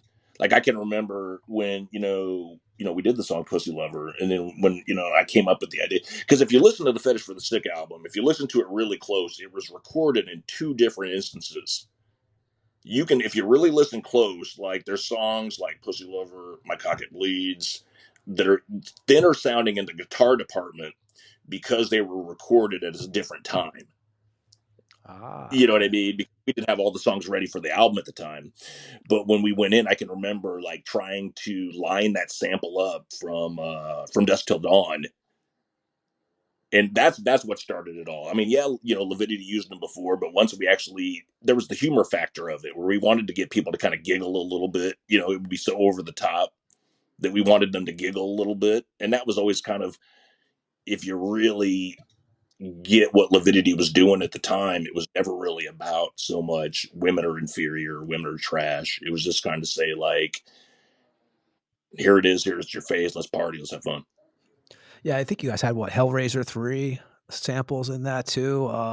That we're talking about 1997's Fetish for the Sick that came out on a Bladed Records out of Ohio. Yes. You know, so I mean, yeah, it's we actually opened up the show with Pussy Lover tonight, so you know, people can hear an example of what we're talking about there. So are you who's writing the lyrics at this point? Fetish for the That Sixth that era. that is because initially when we were almost ready to get to the point of going to the studio, a lot of that album is the Rejoice demo. So a lot of that is the probably like half the album is the Rejoice demo mixed in with like maybe 4 or 5 new songs, and then maybe another one from the Rejoice demo, I think. So it's definitely more of, I would say, a compilation CD. But Dave did most lyrics on that than I actually. Tommy was the big lyric instigator back then. I mean, he was. I can only take credit for like kind of like it. He actually came out to the Texas Death Fest, and we played Graveyard Delicacy from that album because he was in the audience. It was totally not planned, but we did it for him, and I was giving him crap on stage, and I'm like, dude, all the crap that I've gotten over the years, it's your fault.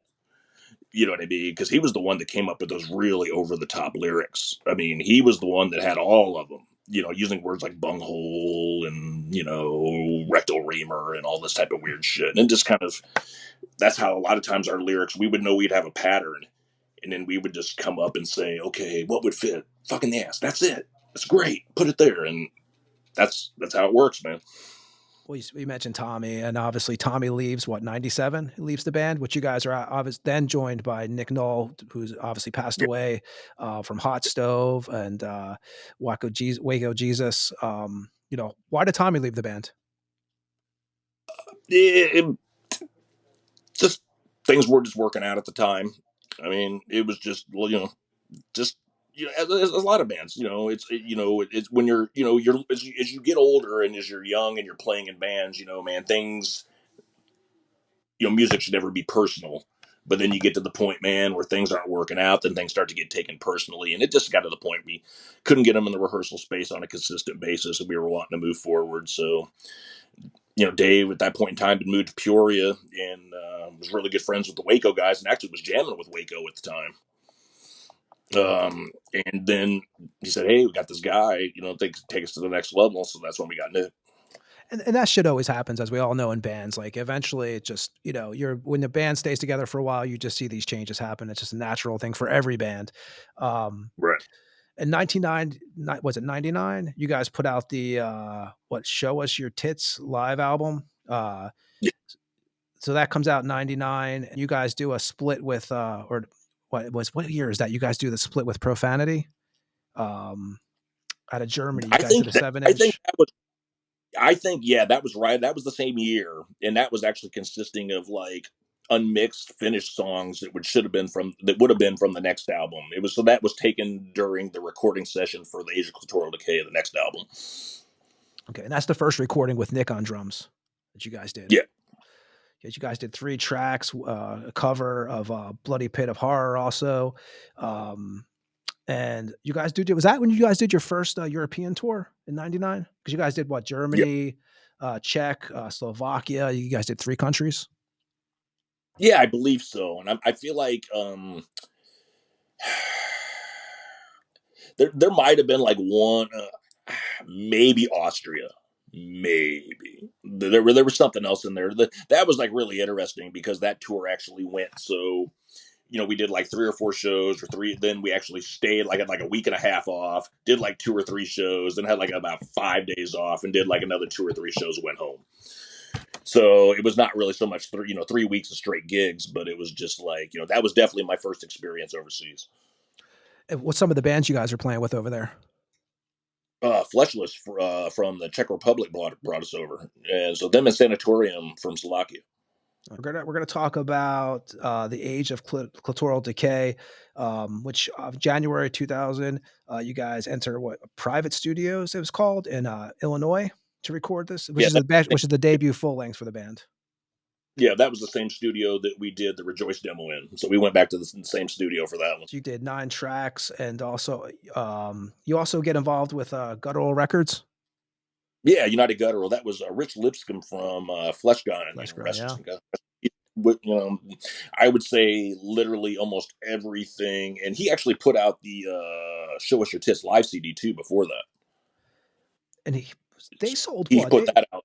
Was it 2005 they sold United Guttural to Deathgasm around that time period? I know we've talked about it on the show like many episodes ago. You know, I do not.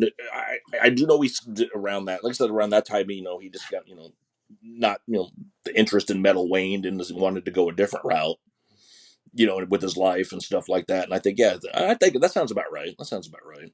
I would say corresponding around the last Flesh Grind, that hell happened around that same time. You know, how important was United Guttural, you know, to the brutal death metal bands, you know, because there was a period, man, that was a really important label for a lot of groups. Dude, I use the word career loosely, because I've never been a career metal guy. I've never really wrapped my brain around that side of metal. But dude, I owe everything with my career. I owe us me being right here to him. You know, meeting you, meeting Ed. I mean, everything. I mean, if it wasn't for, you know, he pushed. I'll never forget, man. Like, it wasn't just about friendship, but, you know, after the first album, you know what I mean. You know, we got, you know, it wasn't until actually the Age took off that the Fetish took off even more. Oh yeah, you know what I mean? people were going Yeah, back and you know, he paid the money to get us on our first Milwaukee Metal Fest, which that was a big deal for us. That was the first time we actually played shows with, I guess you could say, our peers. You know what I mean? And, but yeah, he was instrumental, man. I mean, you know, opening up our world, you know, believing in us and he did stuff. You know, backups on because that too, on that record. He did yeah, on The Age of Clitoral Decay. yeah, on Dismembering Her Life as Corpse. Yeah, he came in and did a whole verse, man. That was like, yeah, he was everything that I always wanted as a vocalist, is, you know, wanted to be. You know, I just thought he had the perfect vocals for guttural death metal. I thought it was sick. So it's like I always wanted to be like Rich. So The cover art was done by Nick Wiggins on that. yeah, local buddy of ours. Yeah, tattoo artist here in town. Yeah. Nice. So we're actually going to play. We're going to play The Urge to Splurge off of the 2000 The Age of Clitoral Decay from Lividity, and we'll be back with Matt after this track. This is The Urge to Splurge.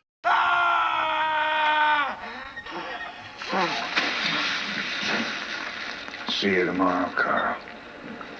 Get me down, Martin, please. Martin! So, I guess you'll just be hanging around till then. Martin! No! The hook. It's slipping. My neck.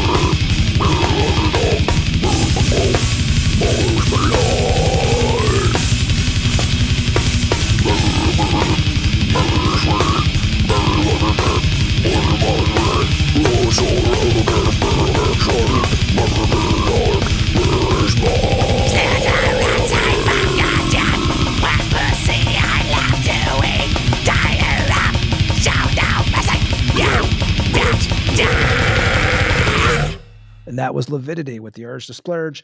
2001, you guys independently released a compilation. What's it? Lividity Let's One Live in Weft. Yeah. That was, I think at that point in time, if I believe that was after Nick's death.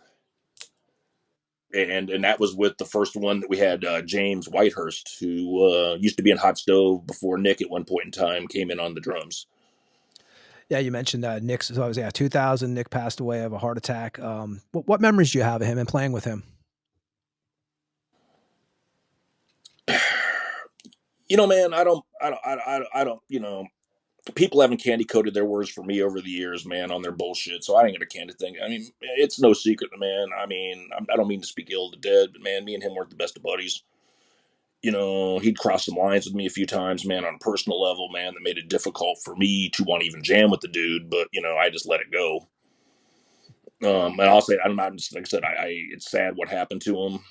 I mean, but it was never one of those things that I was overly comfortable with as far as in my history of jamming. I remember it was always a pins and needles situation, which I never really quite enjoyed. But yeah, Rick, he was a good guy. He was good talent, very talented. It was definitely a waste. The whole thing was a waste, man. So, it's sad. The whole thing is sad. I wish him nothing, his family the best, but it just wasn't one of those situations where I can remember it being a super fun time for me. We going back to that compilation too. That was what that was a bunch of songs on that, but that was like radio interviews and stuff also. Because I think they re-released it right on Severed Records in 2023. Yeah, it was just one of those things where we used to go into this WEF, which is a local radio station, WFT, and we would go in there and do interviews and to shoot the crap and play music. And then one time he had an idea to play live. They used to do this thing called WEF sessions. So we would go in there and play live and all that stuff. So we just went in there one day, set up everything raw, got some tones, and just talked crap and played music. And then, so you guys bring in James Whitehurst. He was also with Hideous at one time, which we'll get to that eventually too. But how does James get involved in the band? Dave knew him, and then Dave just said, hey, I mean, I think there was a point in time then that, we talked to a few other different people. We actually, gosh, I can't remember his name, but there was a guy that was playing drums. Maybe Joey or Johnny. Johnny was his name. I can't remember his last name, but he played in a band called Evil Incarnate that he actually came and tried out, and we liked him. And then after we pretty much agreed he was going to be in the band, he decided he didn't want to do it. And then we actually had another guy actually come in, work with a little bit. That was Derek Hoffman from Gorgasm. Came in for a while, and that just didn't work out either, just because it was just, so then we just were kind of frustrated looking for somebody with that flow, meat and potatoes, and then James just popped up, and man, we went and jammed a few things in his garage, and everything was history. It worked out real well. He had the right attitude. It was fun to be around, so man, it's good to go. About that same time period, is that when you guys signed with Morbid Records out of Germany? Yep, right, shortly after that, yeah. You guys had some interest by Relapse too, but the lyrical content it was a deal breaker with them. I definitely think that was part of it. You know what I mean? And stuff like that. But I think there was like a little interest at the time. I would say I never have seen like an email to 100% confirm or deny that. But I think that was something that Dave brought to the table. But I knew that wasn't going to change. So I was like, yeah, whatever. 2002, you guys enter Mercenary Digital Studios in Illinois to record Till Only the Sick Remain album. What's your memories of recording that? That was the first time I ever took I mean, I guess if you want to feel like, you're a musician where you take you literally go somewhere and you spend the entire week recording an album.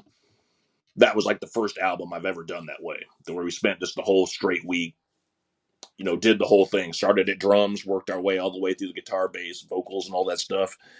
And it was fun. It was a good time. That was the beginning of me being a little more aware of the production side of it, to where I wanted to have a little more input and had a little more thoughts, a little more worried about things like guitar tone and other stuff that I would have in my mind and stuff like that. But that was also where I realized, and anybody that knows me, like I said, is the truth, I hate recording. And that was where I realized that week was how much I hate recording. Yeah, because you guys did what? You said, you always said a week. You guys did 7 days, 9 tracks. Do you feel a difference in the band chemistry at this time period? Because, you go from, obviously James is in the band now, for you, is it more, are you having more fun at this time period? Well, because then soon after, when Nick passed, Mike left the band. So Mike Smith at that point in time, in between all that, had left the band, and then Aaron had come back. Yeah. So at this point in time, the lineup is me and Dave, James and Aaron, so at that, I mean, especially just having your best friend back in the band was just enough to, make everything, more fun for me. You know what I mean? And stuff like that. Plus, it just, the flow of the band, the fun. It was, James was a lot more easygoing. It was a lot more of a fun time, definitely, 100%.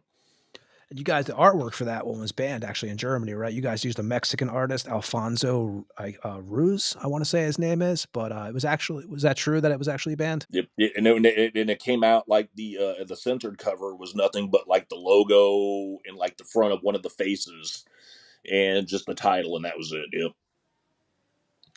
So, and actually 2003, you go on tour with Master, Mastic Scum, Damnable from Poland. And of course, you know, with Lividity, you're doing this. Was a 4-week headlining tour? You know, man, it started out was supposed to be us and Master like altering, the headlining slot, and the co-headlining slot nightly. And we played the first show was in Hamburg. And after we all got picked up, and we played Master headline that night. We played, and I mean, at that point in time, Lividity hadn't really been back, to Europe since '99. We didn't really know 100% what to expect. And it was just to say that had to be that was a humbling experience. People screaming every word of the lyrics, knowing every riff, not wanting us to get off the stage. And then after that, we pretty much headlined they came to us after that and said, how about you headline the rest of this tour? And I said, okay, sounds good. You guys did what? Germany, Belgium, the Netherlands, France, Czech, Slovakia, Australia on that one. How was touring with Paul, man? We had Paul on the show. He was a great guest. How was your time touring with him?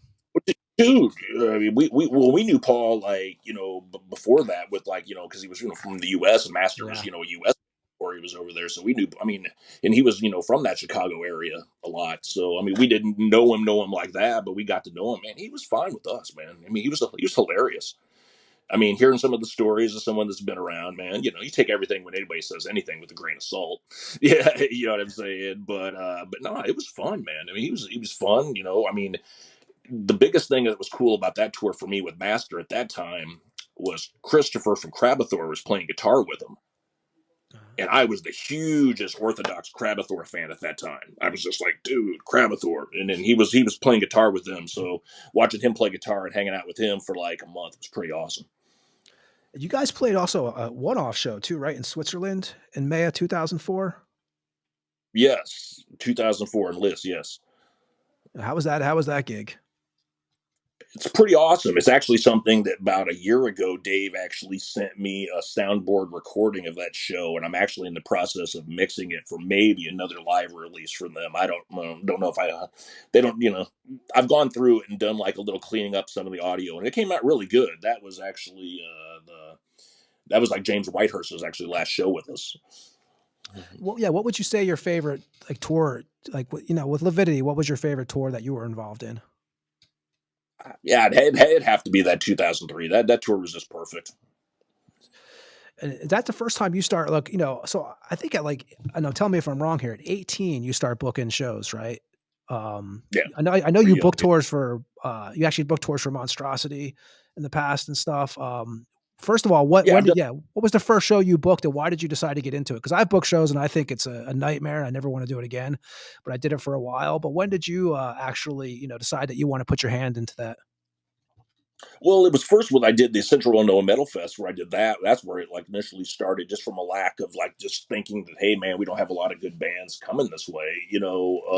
That's where that initially started to get my feet wet, to get to know a lot of these bands. But then it went to the point to where, Lee gave me an opportunity to do some stuff for Monstrosity and stuff. At that point in time, I was handling some of their booking just to, getting some good opportunities for him, and Master was the same way. I did some stuff from Estuary out of Ohio, and stuff. So I mean, it went well. You know what I mean? But I'm exactly like you. It became a nightmare. Yeah, that's what I look forward to talk to you about, because I did the same. I know, yeah, it's rough, man. And this is back then when it's easier. I think back then it's probably easier to deal with bands than now. Back in MySpace days, you literally could announce you needed to book a tour, and you could go and put the word out through MySpace, and you could almost book an entire tour for 30 days just on MySpace. You know what I mean? And just through word of mouth. Now it's just so much difficult. And, and the thing that I didn't like is just, I know the game. I mean, it's a game to it, and I just didn't want to play the game, and I felt bad, when you would get those calls at 2 or 3 in the morning, when the promoter's not paying the money.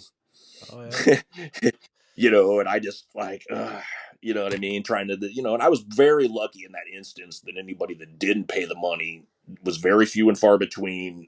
And I was able to get it on the back end 9 out of 10 times. Yeah, so I mean, I remember when I was booking, man, I had to deal with, I'm going to say his name, I don't give a shit, because he was a total nightmare to work with, and like John Finberg. That was when I was dealing with some of his bands, man, and it was just, that's when I was a young kid, and that's when I realized, like, you go into it when you're younger thinking these are bands I love, this is music I love, this is going to be fucking awesome. Then you start dealing with the business side of it. And Ed was around during when I was booking. It was like, what, 2000, 2003 period. But, dealing with some of the promoters was really rough, man. And even the bands, like, I mean, there wasn't too many egos, but did you deal with any bands that were, because obviously 2003, because I think you do the Illinois Metal Fest, the Central Illinois Metal Fest from 2003 to 2012 with like 1 year off, right? Out of all that whole time period. Yeah, correct. So when did you first get the idea to do that festival? And, and what was some of the first one you booked? What were some of the bands you put on it? Well, Vaughn Young, who played in the band Dead, did a festival that I didn't even come to think of it, didn't even realize they had the exact same name. So he did 2 years prior before I even thought about doing it. And then there was a few years off, and then I brought, mine back. And then once I figured out that he had the name of the same fest, I asked, hey, you sure you're okay with this? You know what I mean? So he was always cool with it. But it was just for the lack of just wanting to just bring something exciting. I think at that point in time, the Milwaukee Metal Fest was gone. There wasn't it wasn't back then. It was not to the point that there was a festival every other day. Oh yeah. And a lot of what my inspiration for the fest at the time was the Ohio Death Fest at the time that had come out a couple years previous. That was my inspiration on what I wanted to do. That was my first instance of seeing like a band pre-Maryland bring like a band. Cause I remember Severe Torture and like Morgue from France and came over and played these festivals like Vomit Remnants from Japan. Oh yeah. And that was like my first time really meeting anybody from like outside of the country that played metal. So that was like kind of like the what my mindset was to kind of get something going like that. And your the first one you did, like, what are some of the bands that you had on there that was? Gosh, I know my first headliner the very first year was Origin one night and Macabre the other night, I believe. And gosh, man, there was Lividity played the first year. Man, it was a lot of like low smaller card bands. I'd have to pull up my phone. I mean, you'd be surprised how much, man. When the festival started to get a little bigger, it became such a blur just to even keep it straight half the time. I was going to ask you that. Was it much like when you first started doing it in 2003? Is it obviously you got out eventually, so we know how it works. But was it a lot more fun at first, and then it becomes more business? It's more about money, right? More about not losing your ass. I never really, what I would say, there was only 1 year when I would say I quote unquote lost my ass.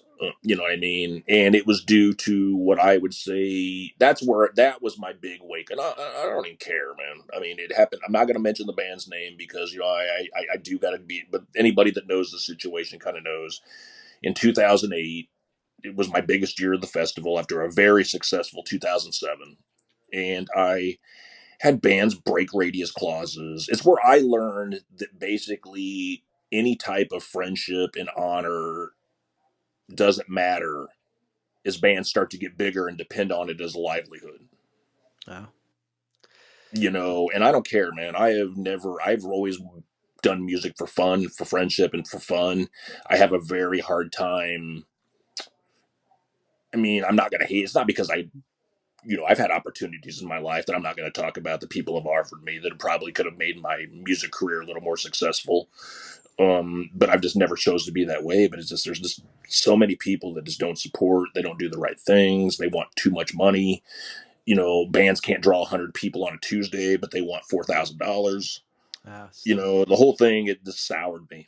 The whole scene at times sours me, but I try to, like, over the last few years, that's a lot of reason I took a lot of time off, because I was just so sick and tired of just egos and people not doing music for the right reason, which is to have fun with your friends.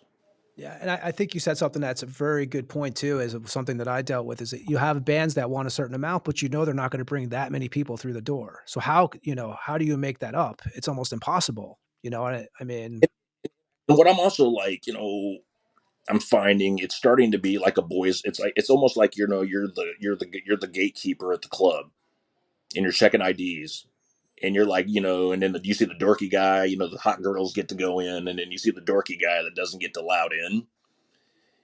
It.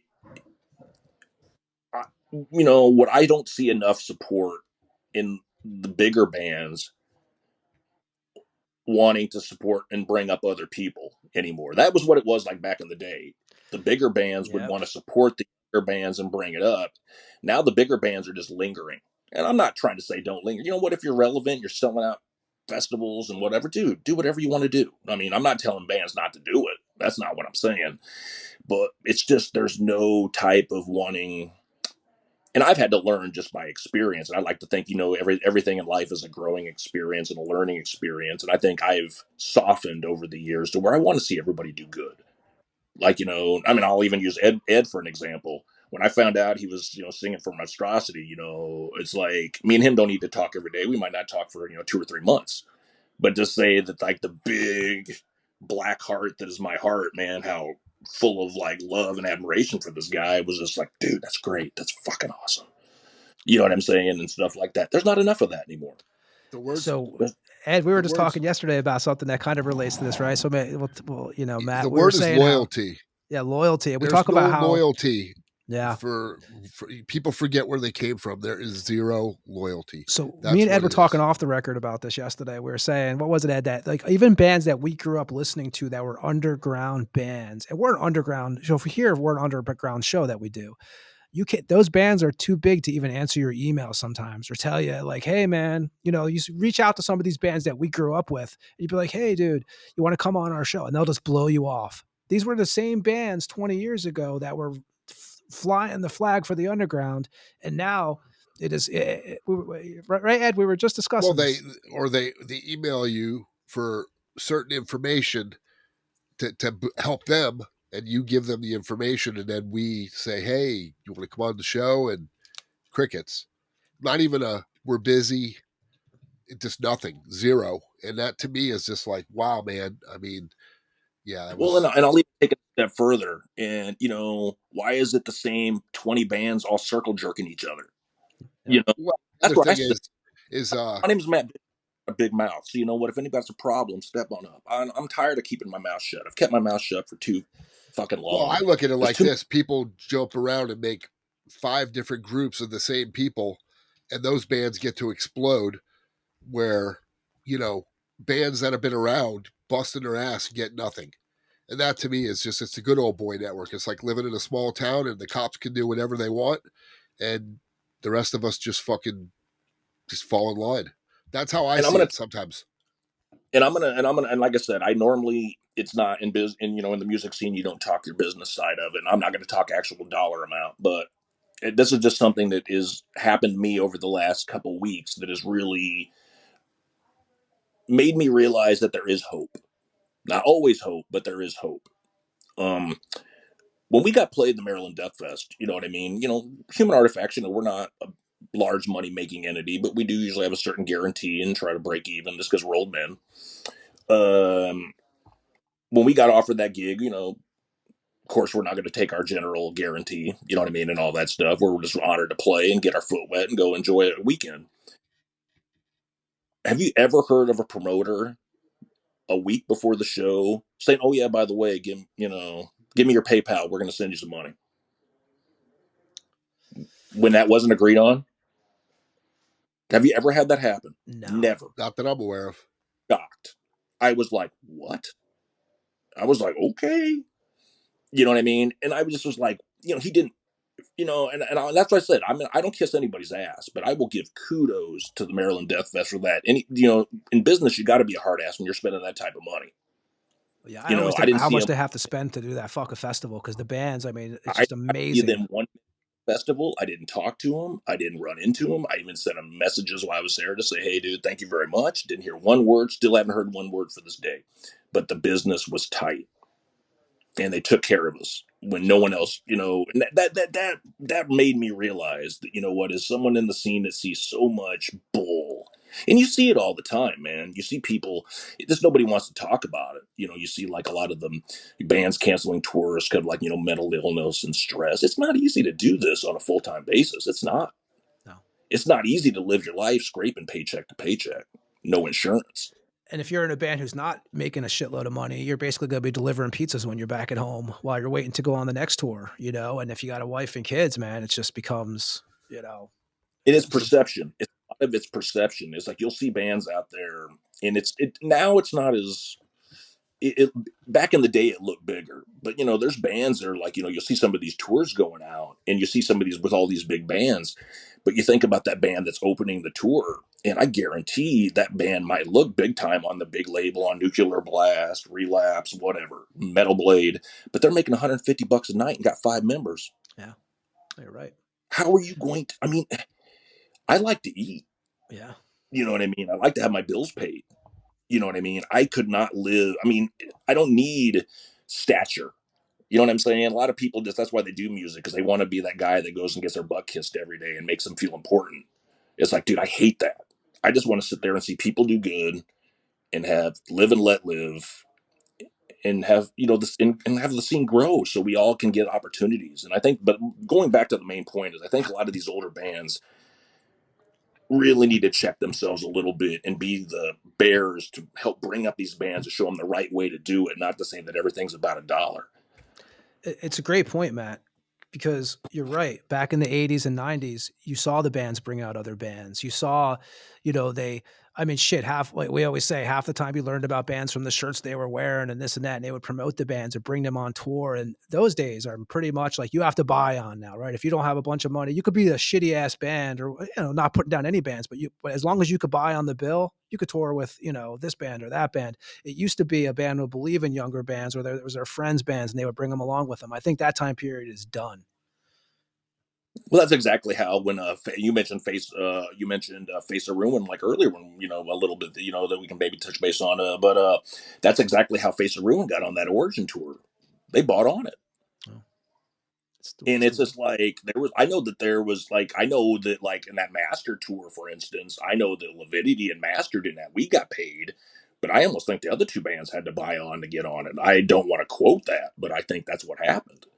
I think that's and you know, I'm going to tell you what the biggest mistake I have ever made in my life was I did that with one Monstrosity tour, and I did that 1 year at the CIM where I had bands buy tickets. You know what I mean? With some of the smaller bands. Oh, yeah. Biggest mistake in life. Everybody says that, you know, you got to look at yourself in the mirror and say when you really screwed up. That was pretty big screw up. But, you know, you just try to figure out ways you're not going into your own pocketbook. What was your favorite CIM you put on? Like if you had to pick 1 year, what was your, I mean, obviously you had a big reunion that I'm sure plays into 2007. That year just was, and it's like, it's funny, man. Because what a lot of people don't realize is I encouraged Impetigo after that year to do more shows. I highly encouraged them to do more shows while the getting was good. But that's just not who they were. You know, try to do anything bad. I mean, they just wanted to play the show and that was it. They didn't ask me for a ton of money. Yeah, you know what I mean? Guys like that. We talk about King Fally on this show, man. We had him on here. That is a true dude right there. There's a guy who does it for the love of it. And I think you need more of that these days. Yeah. And you know, you don't want to sit there and like, I don't want it to sound like I'm jaded. I don't want it to sound like, okay, I do admit, and this is because you have to be transparent. You got to be honest. I do admit that there's times that it hurts my feelings. I could call out a whole lot of people high in the scene that I have helped, and not talked about help personally, but financially. And I've never asked a favor for in my life. But then when I'm back active, kicking ass, doing music on my own merits, you think one person would offer to help me? Never. Not once. But you did it for, like I said, you did from 2003 to 2012. Now looking back, Matt, you're kind of glad. I think you've had your hand in some other stuff too, like, you know, helping with some festivals though, right? But are you glad to not have it all fall on your back now?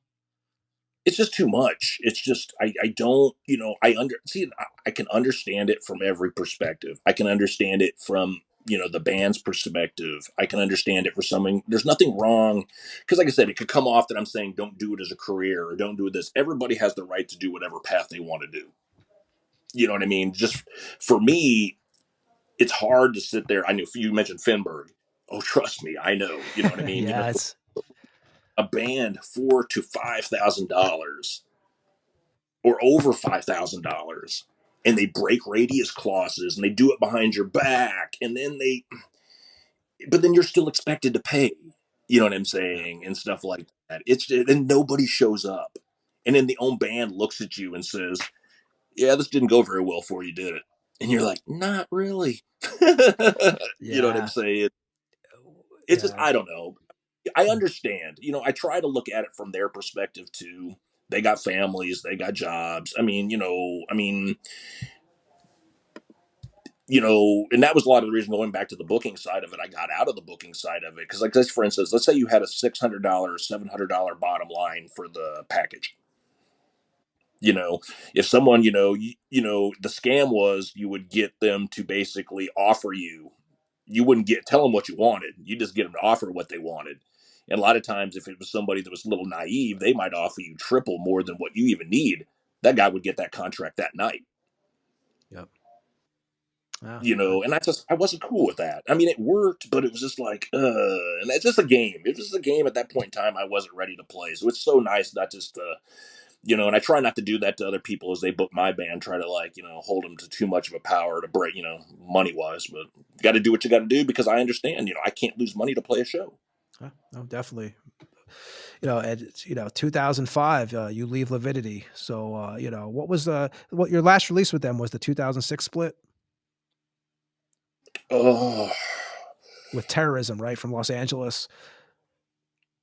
I think so. Yeah. I was actually, we had the Used Abused Left for Dead album because there was actually our songs on that album that are my songs, even like, music and lyrics. I think with all due respect, it says Lividity, but there's some actually Matt songs on there that are like Matt written.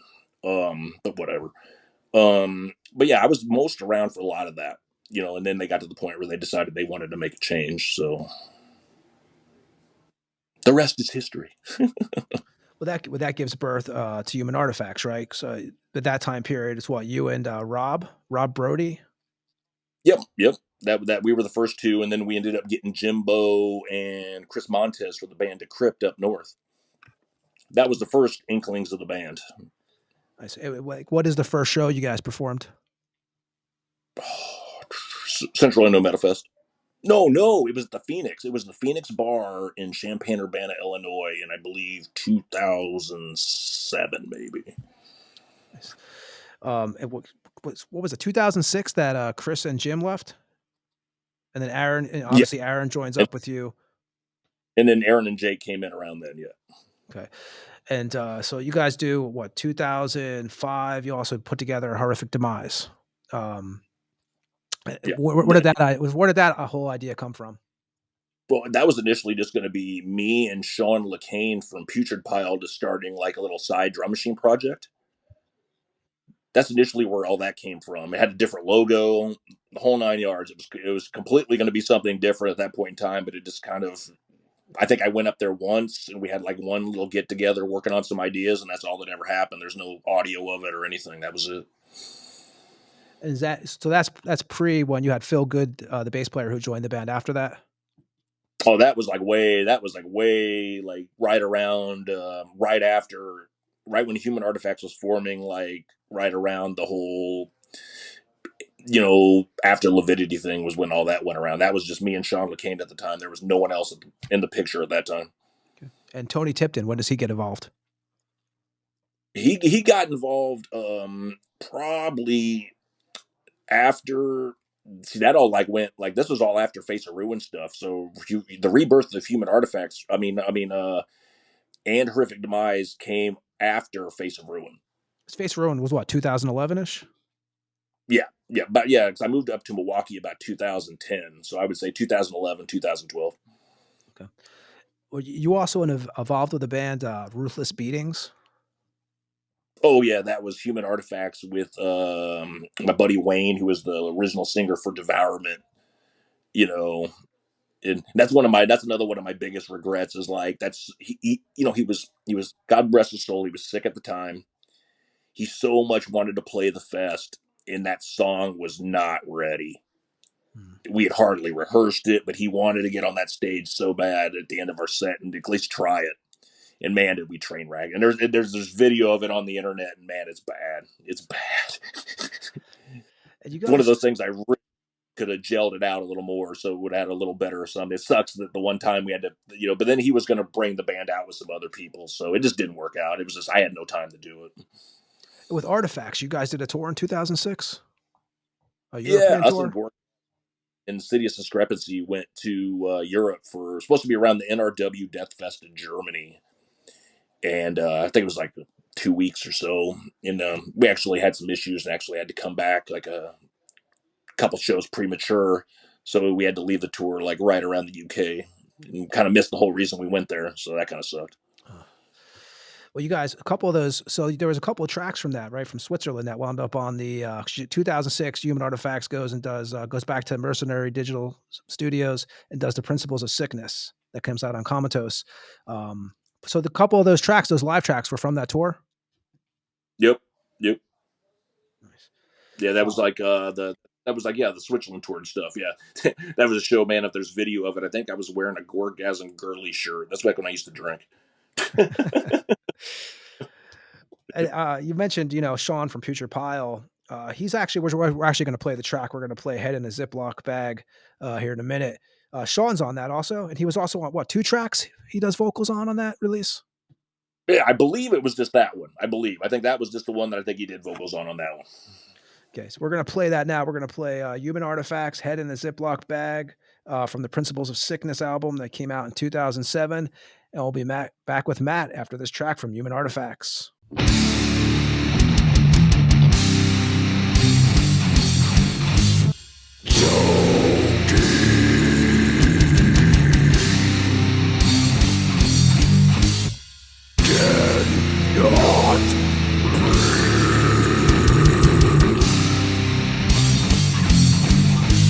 So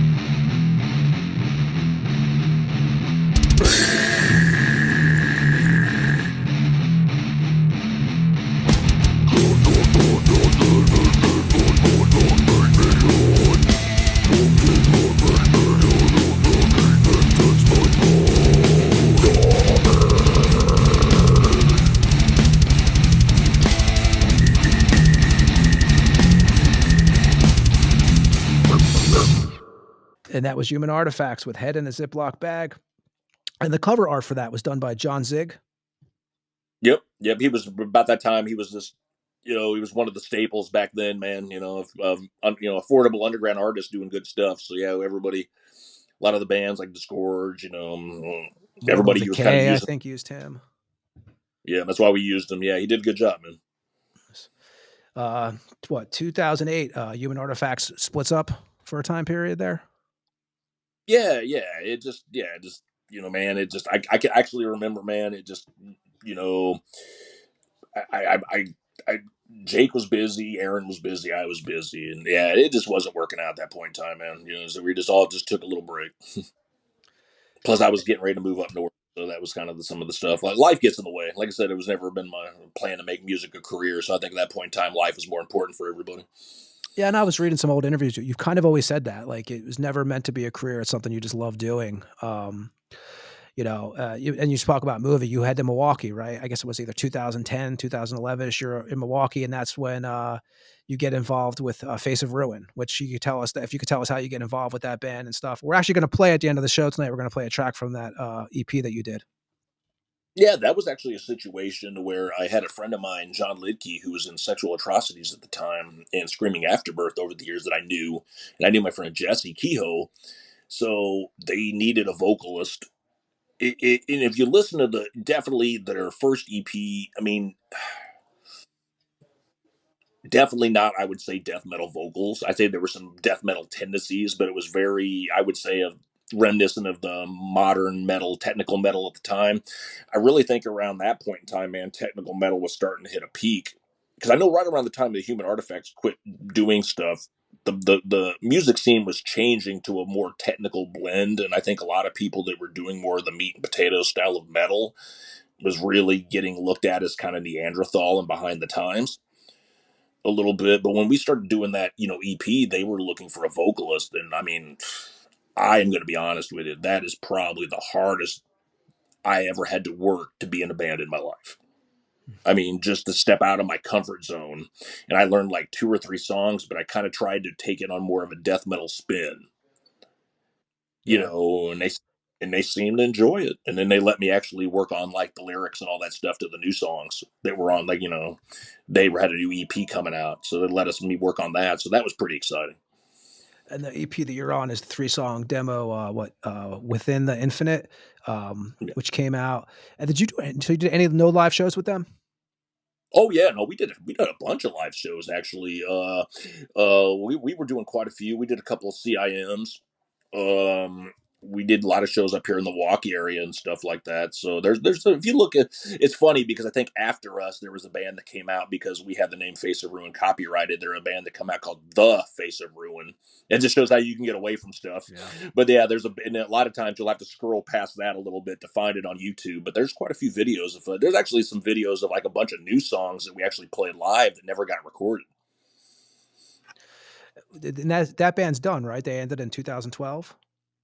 Yeah, that was the moral of that story is, kids, man, is don't think buying onto some management company to make you a big star is going to do anything but break up your band and break your pocketbook. Well, that's exactly what happened. We all thought it was going to, because the band was talented. I mean, we would definitely, I think we had some good stuff going on. The new stuff was definitely, I would say, in a lot more of the vein of like Psychroptic, Decrepit Birth, as far from the vocal department being a lot more aggressive. And we were having some good opportunities, but man, it's just when you got a bill over your head that nobody can afford, that's almost more than a car payment and like a rent, you know what I mean? And nothing comes from it. You know what I mean? It's just like, whatever. So that's what happened, man. We just, the financial stress of all that stuff, I think kind of pulled the band apart to where it was hard on me seeing a bunch of friends who had been friends way before I joined the band at each other's throat a little bit. So I just said, man, I got to take a step back, refocus. And you were talking to, Tampa ties. You said that Jeremiah Kling had something to his hand in this also a little bit. Yeah, they had when I initially joined the band, they had like the music already recorded. It just hadn't been mixed. They just needed the vocals to be tracked. So that's when I basically tracked the vocals. Then he mixed and mastered it and everything. He did a good job, man. He definitely made me not sound like me. Yeah, I think I was telling you before we came on tonight. Like, I actually had never heard of that band. Then actually, I checked it out, and like I said, we're going to play when we say goodbye to you tonight. We're going to play a track from that demo. But yeah, man, it's definitely cool, man. Like I said, I was not on my radar at all. So, and in 2014, you started a project called Womp Rat with Roger from Mortician, Malignancy, Bits of Gore. How does this whole thing, which is basically the Womp Rat, is like a Star Wars related. It's that, and it's a little science fiction related. It's like basically I did I kind of have my own studio sitting there at the house. It's me doing like the drum machine and the vocals, and Roger. Basically, the way that we did the band was I did all the drums first, send him the drums. He would write over it with the bass and the guitar, send it back. Then I'd track the vocals over it. And God, and mentioning that, man, you talk about owing somebody a freaking apology, and we're not talking about how life gets in the way. As I'm sitting here looking at my computer sitting there in front of me, I mean, I have literally an album of drums, music, and bass waiting for my vocals completely done. And it's just gets in the way, man, sometimes, dude. And something I don't talk about a whole lot, I do have a little bit of ADHD on the manic side, which it is. Some people hear me talk a whole lot. I've been accused of doing like, rails the size of Columbia and stuff like that. But it's just, I do have to like focus really hard to keep, it's hard to focus on something for a continual long period of time. And over the years, as I've gotten older, it's gotten a little more difficult, because I don't believe in the medication side of it. But yeah, I have very much OCD on things, and that's something that I want to have the time to get done. It's just life gets in the way. But yeah, there's a whole album of that done. So I need to hurry. Now that I say that, I'm going to message him today and say, feel free to kick me in my shins. And that brings us to, I think, so I don't know, Ed, you can help us on this one because this goes to you, both of you guys. Was it 2016, Ed, that Hideous is formed? Or I know it was like that time period, but is that actually the year? 15, 16, I'd say somewhere in that area. Now, here's a band that I always give Ed shit for. I think you guys should have kept this going. We'll play a Hideous track too. We're not saying it's dead yet. We're not saying it's dead yet. You know what I mean? So we and Ed talk about it every time. I mean, I'll give Ed some credit. Every time, man, that we reach out, it could be 2 months, 3 months. Ed's always like, dude. You know what I mean? He wanted to hear. He wanted to hear, like a sample of my quad cortex, like a guitar tone. So of course, I sent him me playing the Hideous. Because just to, hey, buddy, remember this? Remember this song? So yeah, I mean, first of all, the name. Everybody thought I stole it from Gruesome, and I did not steal it from Gruesome because we had the name before Gruesome came out with the record. Because we went through a bunch of shit. Remember, we were trying all kinds of names. We had another one. I don't even remember what it was that we were like, we were leaning towards it, and then the word Hideous I threw it out there, and it just stuck, and it wound up. Honestly, man, I think one of the names we were throwing around, man, and I think, man, it was like totally copying an Erosion of Sanity. I think was one of the names we were throwing around. That might have been it. I was like notorious for just being lack of vision at that time. Yeah, but man, yeah, dude. I mean,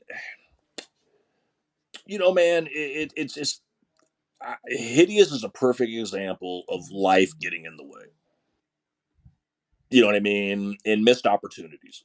And it's not saying that you can never get that back. It's just been like, I think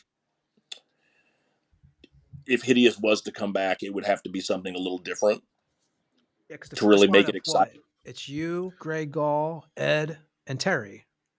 Well, I think if Hideous came back, it would probably just be me and Ed and somebody, two other guys, because Terry's super busy with what he's got going on, and good for him. You know what I mean? He's taking care of business. He's kicking ass. I mean, dude, he's got 3 really successful bands going on right now. Good for him. And I think we had James Whitehurst playing with us for a while, but I just think he's busy in life. That's the way it is.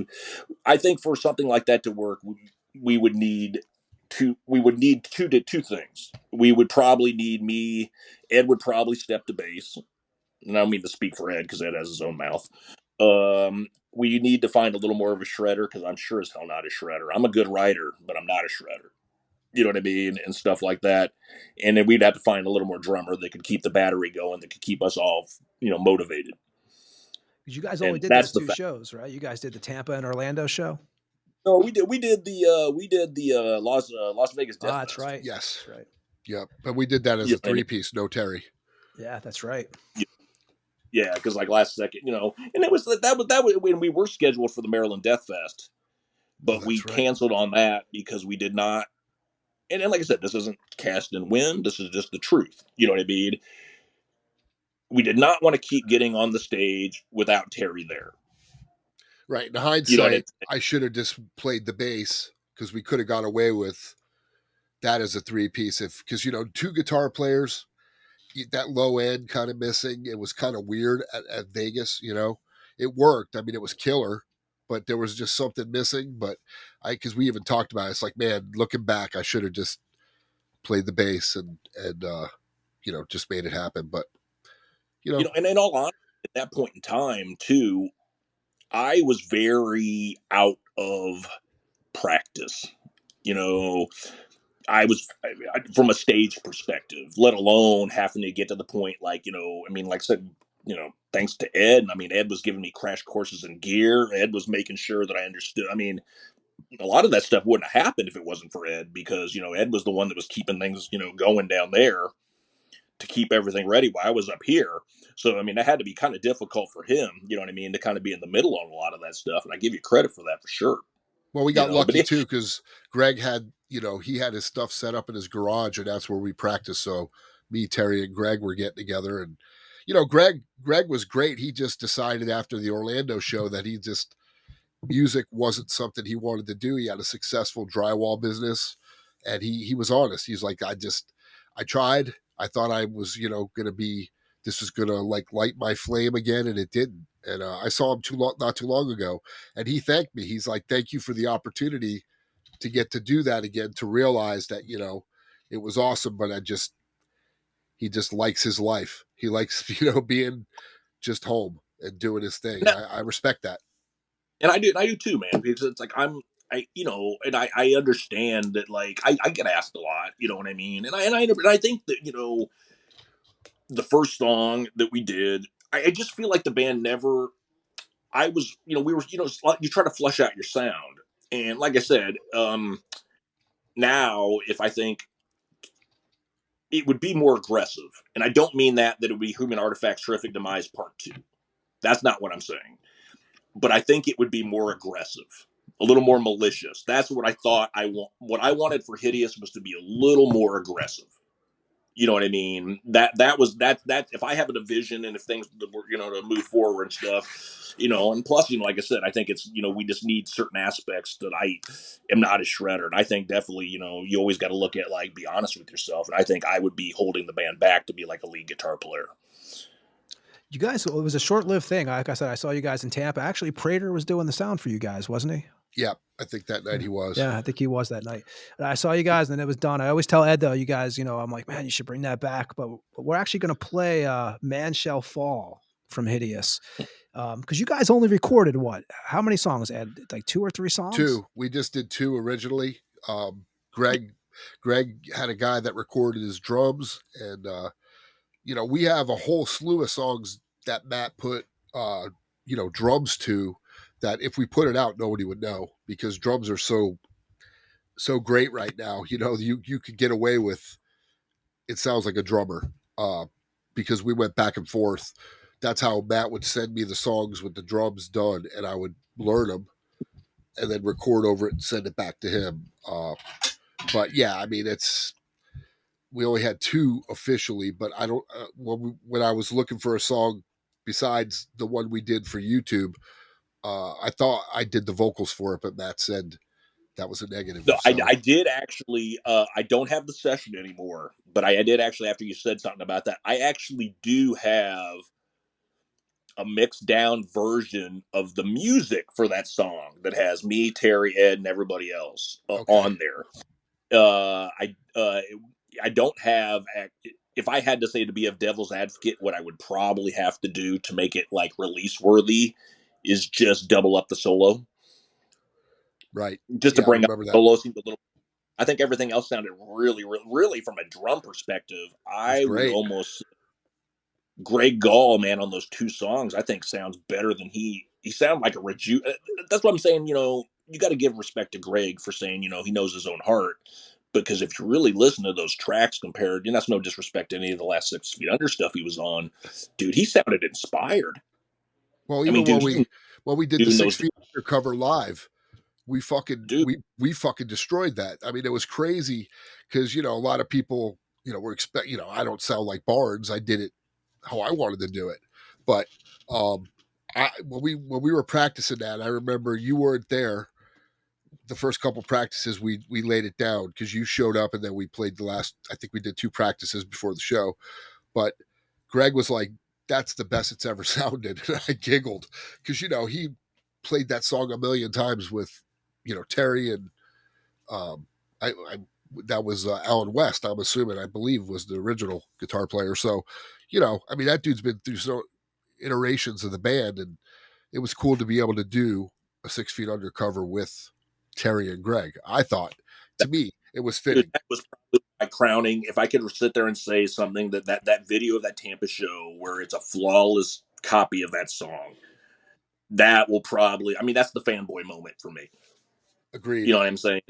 Agreed. And the thing that I remember about that show was having John Tardy help me put the cabinet and pat me on the back and say, you know, dude, you know, I mean, dude, that was, I had respect that, dude, they didn't have to help me put the cabinet in the car, but they helped me put the cabinet in the car. Right.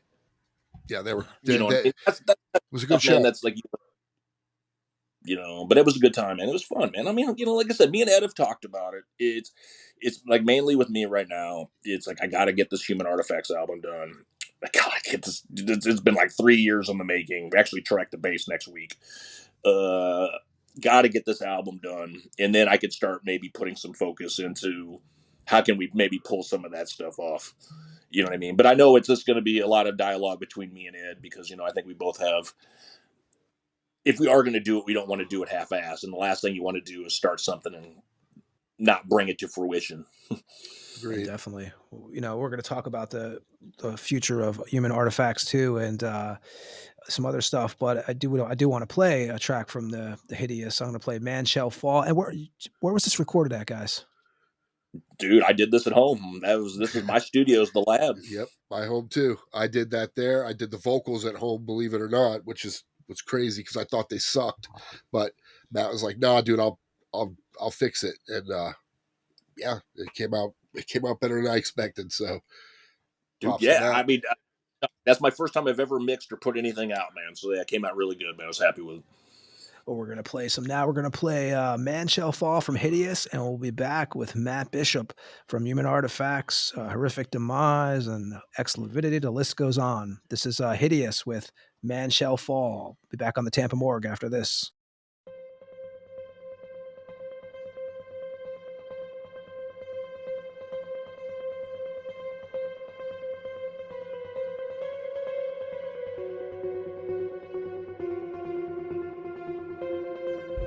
How do we kill them?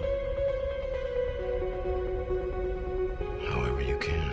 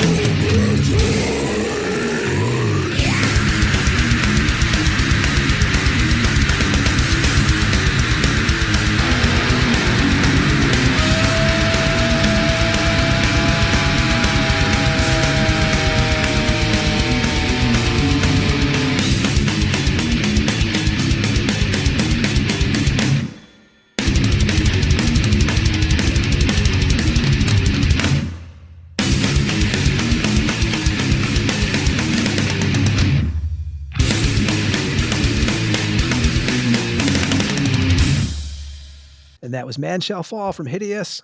2019, Matt, Horrific Demise puts out the band's first full length, which we actually played a track earlier from. So Excruciating Extermination on Comatose Records, 9 tracks. And with this album, I think I heard you say in a past interview that you didn't want it to be a techie, flashy album. You tried to kind of bring it more back to the old school. The funny thing was, it was initially, the entire album was initially written on the drum. I mean, gosh, there's so many iterations of this album, but this actually was, a lot of these songs started from the stuff that wasn't right for Hideous. I mean, we had certain things that we couldn't do. I mean, like, we weren't, I mean, you know, it was not, you know, there was no blast beats in Hideous. I mean, I saying Ed had that stand, but, you know, I mean, in Horrific Demise, there was no, you know, I mean, in Hideous, there was no blast beats. So this is where I got to take all my ideas that were a little more above 200 beats a minute and kind of throw them into the mix. And I think that's a lot of that came around. But yeah, it was so many iterations of all those songs that, man, like, there's so many layers to that album, and man, that if you listen to it at the beginning, it sounds very plain Jane without the rest of the guitar parts, the bass parts, the vocal parts, the drums. Because like I said, initially it was all done with the drum machine. We dropped the drum machine out, and then Kyle comes in and tracks it after the music's all done. Yeah, because the lineup for this is what? Phil Good on bass, Tony Tipton on guitar, Kyle on drums, and then Anthony on vocals, which you didn't want to sing in this band, right? Because you had actually done a mock version of the record in your own vocals with different lyrics at one time. Denied. Yes, it was the one where the band came to me and said, no, we're not feeling it. And to their credit, good for them. I literally have looked for it. I tried to find it because someone, you know, it would be good for the archives to actually have an entire version, just like, you know, when the Barnes version of Vile, you know, those songs, that's kind of cool to hear. You know what I mean? It would be very cool to hear my versions of all these songs just with different vocal patterns and stuff over it. You know what I mean? But yeah, they were wanting something a little more understandable. They didn't think the vocals were bad. They didn't think it didn't sound good. They just said they didn't want it to sound like Human Artifacts. Now, did Chris handle all the lyrics after you handed the vocals job to him? Ironically, the song that you mentioned about playing is the only song that I actually wrote the lyrics to, Religious Hypocrisy, and the vocal patterns to. Everything else was completely redone. And you did that, and then Tony mixed that. Did Tony master that whole record? Yep. Nice. And I tracked my stuff from here, and then Tony handled all that stuff from here. I sent him all the stems, and he went and did the whole thing. You know, we never literally have jammed as a band once, not one day. And the cover art was done by Marco Hasman, who did stuff for Brain Dead Out of Italy, Vile, Blasphemer. How did you hook up with him? And how do you, like, when you're doing artwork, are you guys like just sending ideas over or demos over and telling them what they want? Or are you just picking from a stock? Yeah, well, actually, I mean, I knew Marco he had a band called Blasphemer out of Italy first that came over and played the CIM. So he'd done artwork for them. He actually, the new Human Artifacts album that's coming out, we have actually had the artwork from him for almost since 2008. So he already did our artwork for that. And then when I went to him and asked him about, because I just love his art, I asked him about the, Human Artifacts album. I mean, not Human Artifacts, but Horrific Demise album. He said, well, I moved over to start working on the video game Warframe. I'm not really doing art anymore, but I'll make this an exception. So that was literally the last art piece that he has done. And he's completely out of the deal now. He doesn't do art. He does everything. He works on video games now. You mentioned Human Artifacts, 2023 is the first show you guys played in 16 years at Chicago Domination Fest? Yes. Yeah, how did that all, I was terrified. Because I was not, I'm going to tell you right now, and this is just, one thing I learned as I was doing the Hideous stuff is how much I was just out of practice, like on the things like playing with other musicians live. You don't really realize it when you're playing with the drum machine in your bedroom, and then you get live and actually have to keep time with somebody. And it took me a good year just to get my right hand to want to cooperate. You know what I mean? Because I took such a time off. I mean, after the Hideous stuff, I mean, I took really didn't hardly play my instrument at all for quite a few years. So then, like, getting back into the flow and stuff, and then, it just, everything seems like it's been happening. It's been meant to be. We were supposed to take this time off. Like, next year will be the 20th year since the band's inception, and like everything just works out now. We do it for fun. We have a good time. We the old songs sound better than they did back then. People seem to get it. I think it was the tech death thing is starting to dwindle a little bit, and now we're starting to get back to more of the meat and potatoes. I think are starting to the groove and the flow. That's why I think this is the time for Human Artifacts to get back out there, because that's what we're all about. So. Yeah, let's start with Human Artifacts then. So you're talking about you have a new album ready, or in the process. Like, what can you tell us about that, and what is done so far, or what has to be We done? have announcing an album when it takes us 3 years to record it. It's like, dude, it's just life, man. I mean, I initially it was me and Eric that lived up in Milwaukee, and the other two boys live south. Now I don't live in Milwaukee anymore, and it's just with time and the deal that we had with Severed Records at the time, where label's been super understanding, because we've had this pretty much this deal with them since 2008. Is to, it's hard for us to get together. And when, I don't know if, it's hard to work on new material. I don't know if you guys can attest to this. It's hard to work on new material when you got shows and you got to be stage ready. Oh yeah, that's because that's all you're doing is rehearsing the sets. I used to ask Ed. I used to always bitch about that. Like when we had certain members that wanted to book like a lot of shows, and I was like, man, it just slows us down in the studio.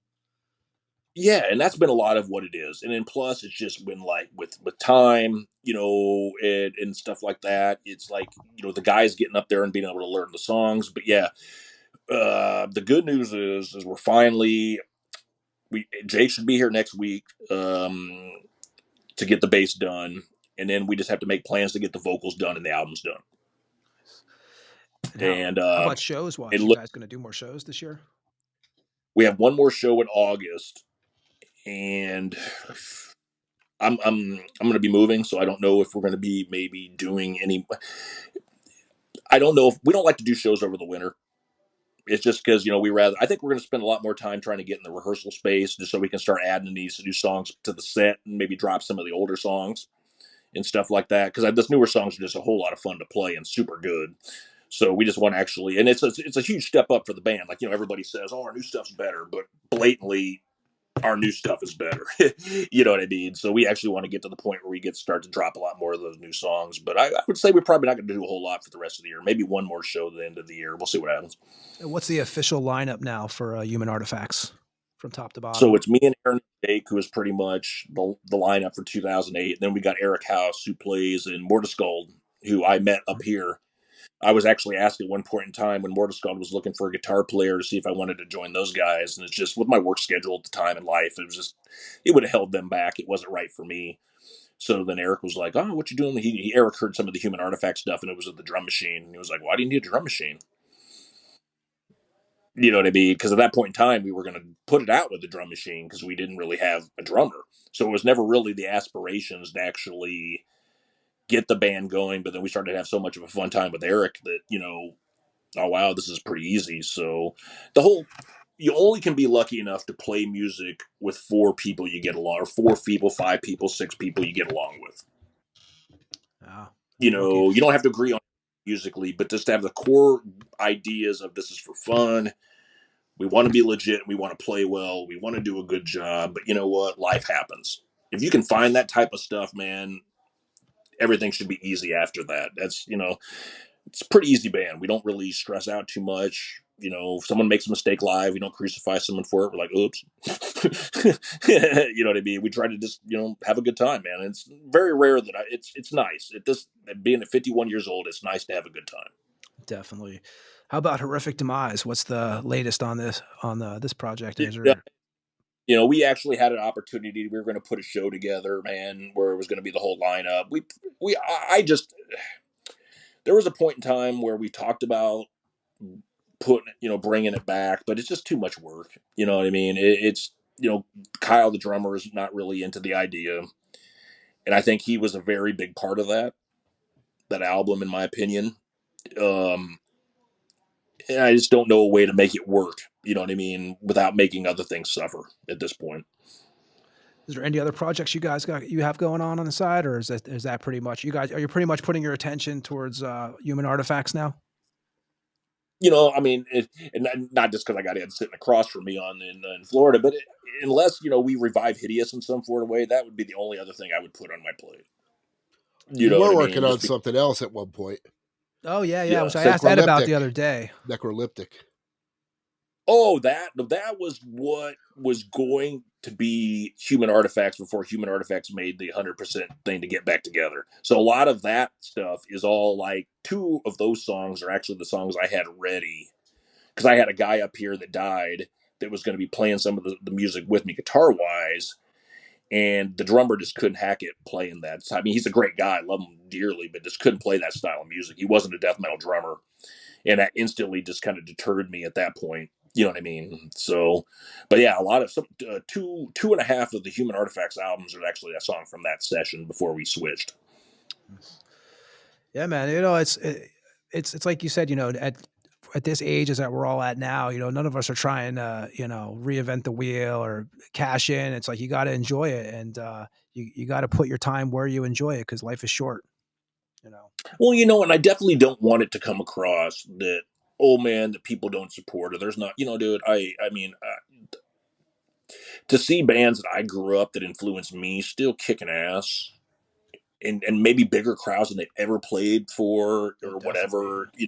I mean, that's great. I mean, man, I mean, it's not about, it's just that doesn't work for me. You know what I mean? It's just I just wish the little more of the human side of it would come back into metal again. I think it A goes little back more. to remember where you came from, right? I think that's a big thing that I think a lot of not everybody, but there's some bands that forget, you know, and Well, you mentioned something about, like, you know, bands where they're too, you know, you said, you know, you guys were, it was funny when you mentioned the comment of, like, you know, emailing people for maybe the podcast or whatever, and them not getting back to you in a timely fashion or not back at all. It just made me think about how many people, I'm not going to call this person out because it's just going to look bad. Yeah. But there was a time where their band would not be where their band is today. I truly believe that, without coming to our area and the times that other people had booked them and helped them grow and all that stuff. And I've seen this band in every initial lineup, even though there's only one original member in the band now. You know what I'm saying? And it was just, I saw this person not too long ago, and literally he's like, "Do I know you?" that's the worst part, is when you actually know the people, right? It's like, damn, man, like, I was you know. just shocked. And I'm like, you stayed at my fucking house, dude. And you don't know who I am. You know, I mean, but you know what, man, it is what it is. You know what I mean? It's just, I definitely don't want it to look, you know, like I'm jaded, like, oh, I didn't get the success that others, you know, I mean, like I said, it wouldn't be fair for me to, like, say a couple of things that I've been offered over time, because there'd be no one to sit there and really corroborate it. Look like I'm talking toured out my Europe ass. several times. A lot of people don't even get to do that, you know.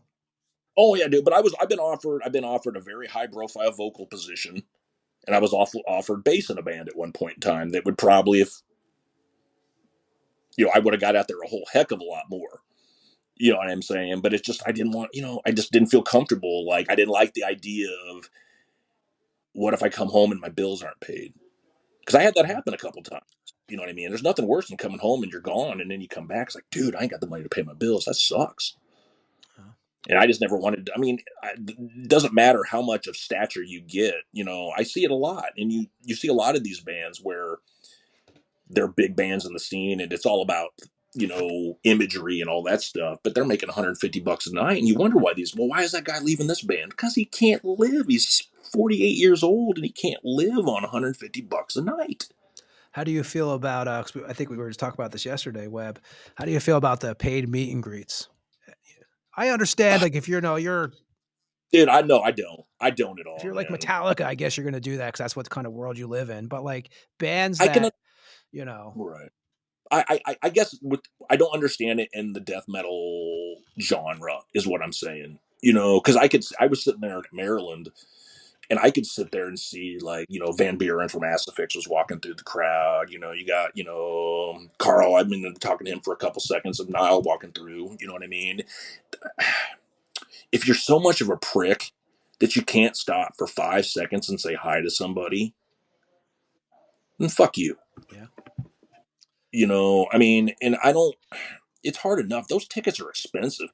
I was sitting there talking to a few fans, man, that were at the merch table and stuff like that, and I was just like, dude, some of these people for those shows spent $5,000 or $6,000 to come over and see this show.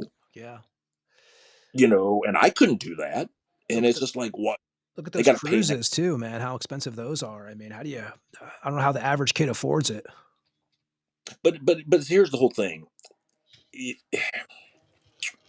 If you're doing like a meet and greet because you're not physically responsible with your money, that's a problem.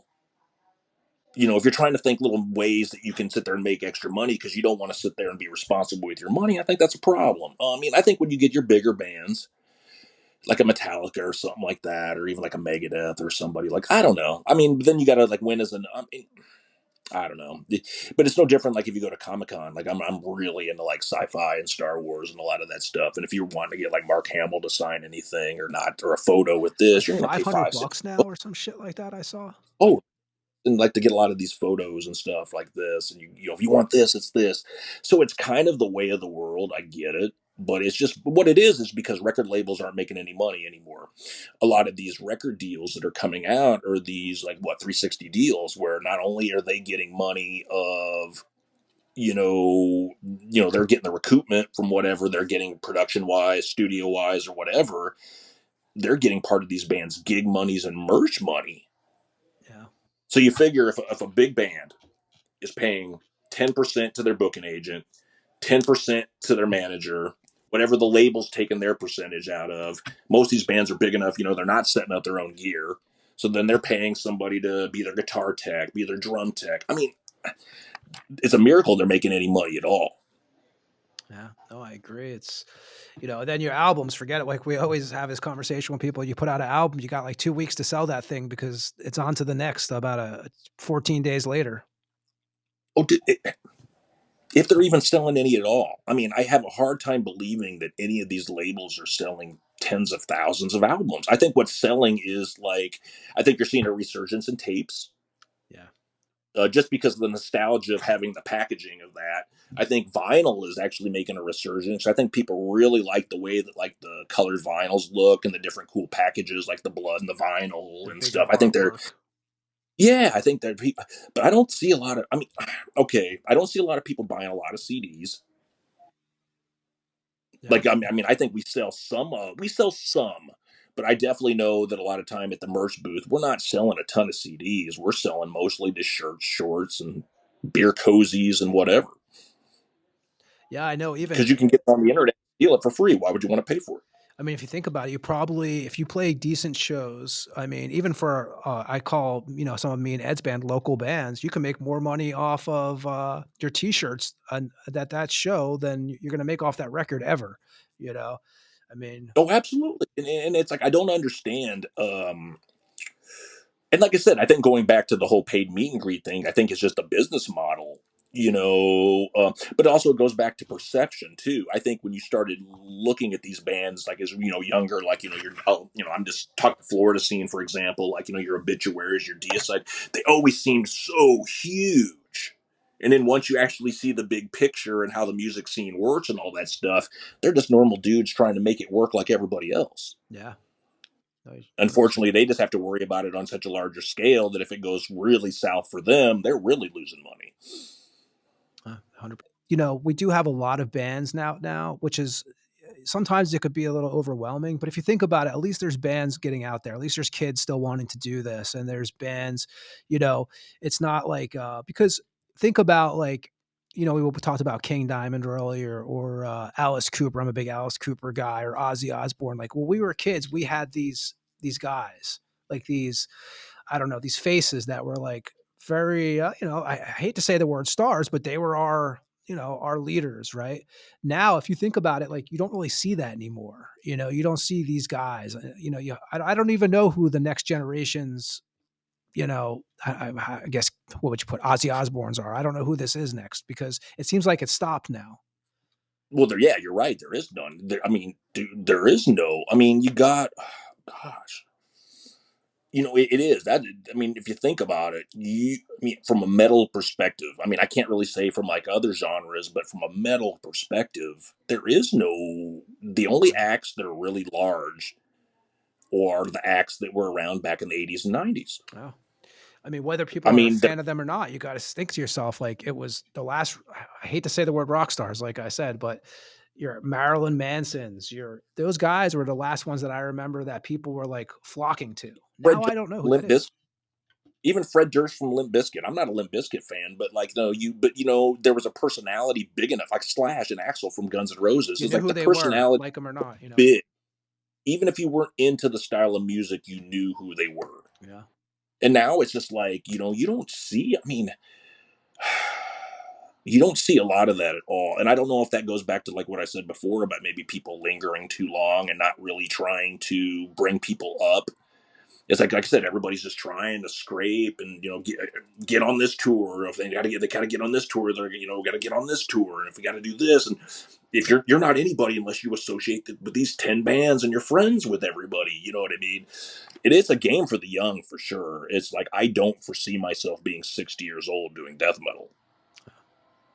It's curious. It's going to be, it's interesting where it's going to lead. I'm sure it'll lead somewhere, like I said, but it's just, even like you said, even back when we were kids, if, I think of like the 80s and 90s and I could just sit there and go, Rob Halford, this guy, but there's just so many of those figures that we all, whether Mustaine, Hetfield, all these guys, Chuck, you got some of them, and if you think about it, if you look at it like the death metal versions of those, let's think about it. Your Trevor Perez, your John Tardy, your Donald, Gary Butler, give him credit.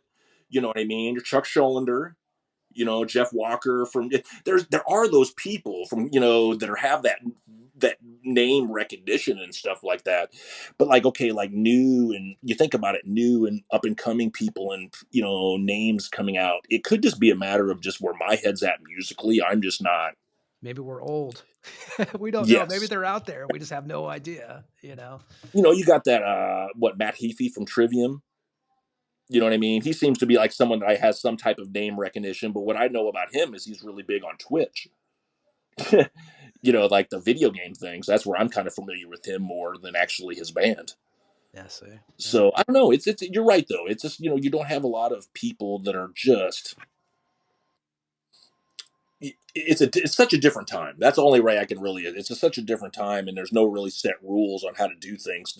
But I'd be a liar to say that I don't understand it much at all. Yeah, it's hard to understand, man. But Matt, we appreciate you hanging out. Like, yeah, and anybody who wants to find also let's anybody who's looking for Human Artifacts gear or anything that you have that obviously Human Artifacts is your main focus now. So you guys have what, Bandcamps and stuff?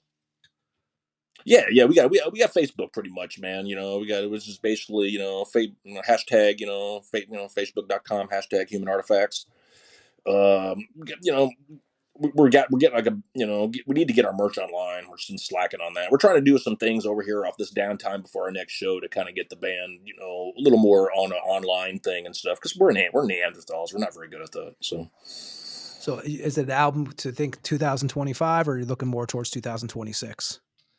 Oh, if everything goes as planned, it'll be out this year. You know what I mean? If we're going to do bass next week, after that, we just have to decide 100% where we're going to do vocals. We'll either go do vocals down the road here at my buddy's house, or we're going to go up to Mercenary Digital again, whatever is most convenient for the time. Tony Tipton, who did the Horrific Demise albums, is going to mix and master it. Boom, it should be done. So the good news is with me tracking it, it shouldn't take too long once we get it done. So that's our whole focus. So hopefully by August, before our next show, we got the album done. So fingers crossed. Nice. We definitely appreciate you coming on the show. Oh, I appreciate you listening to my big mouth talk, man. It's like it's just fun, man. This is the type of stuff that makes metal enjoyable, is doing this type of stuff. Just talking about music, man, and being around people that have like metal. That's what it's all about. And I thank you for Tony for letting me come and do this. Ed, love you, brother. It's always good to see you, man. Same to you, bro. Yeah, man. And Matt, well, you're always welcome on here. Obviously, when the new record comes out, man, you can pop on and hang out. So anytime, man. Anytime. Just sit there and stink up the place, man. Let me know. We're actually going to play a Face of Ruin song on the way out of here too. Anything else you want to say on your way out? Dude, I just want to say, man, we need more love in the scene. We need more support in the scene. We need us ever to, let's all wish good for each other. Let's all do good. Let's remember there's two sides to every story. Let's remember that life's too short. Everybody be there good for each other, man. That's life's too short. But Human Artifacts, man, maybe me and Ed'll get Hideous going. Let's have some fun, man. Good to see all you. Thanks for the support. Keep it sick. Definitely, man. And we're going to play some Face of Ruin here, Within the Infinite, from 2011.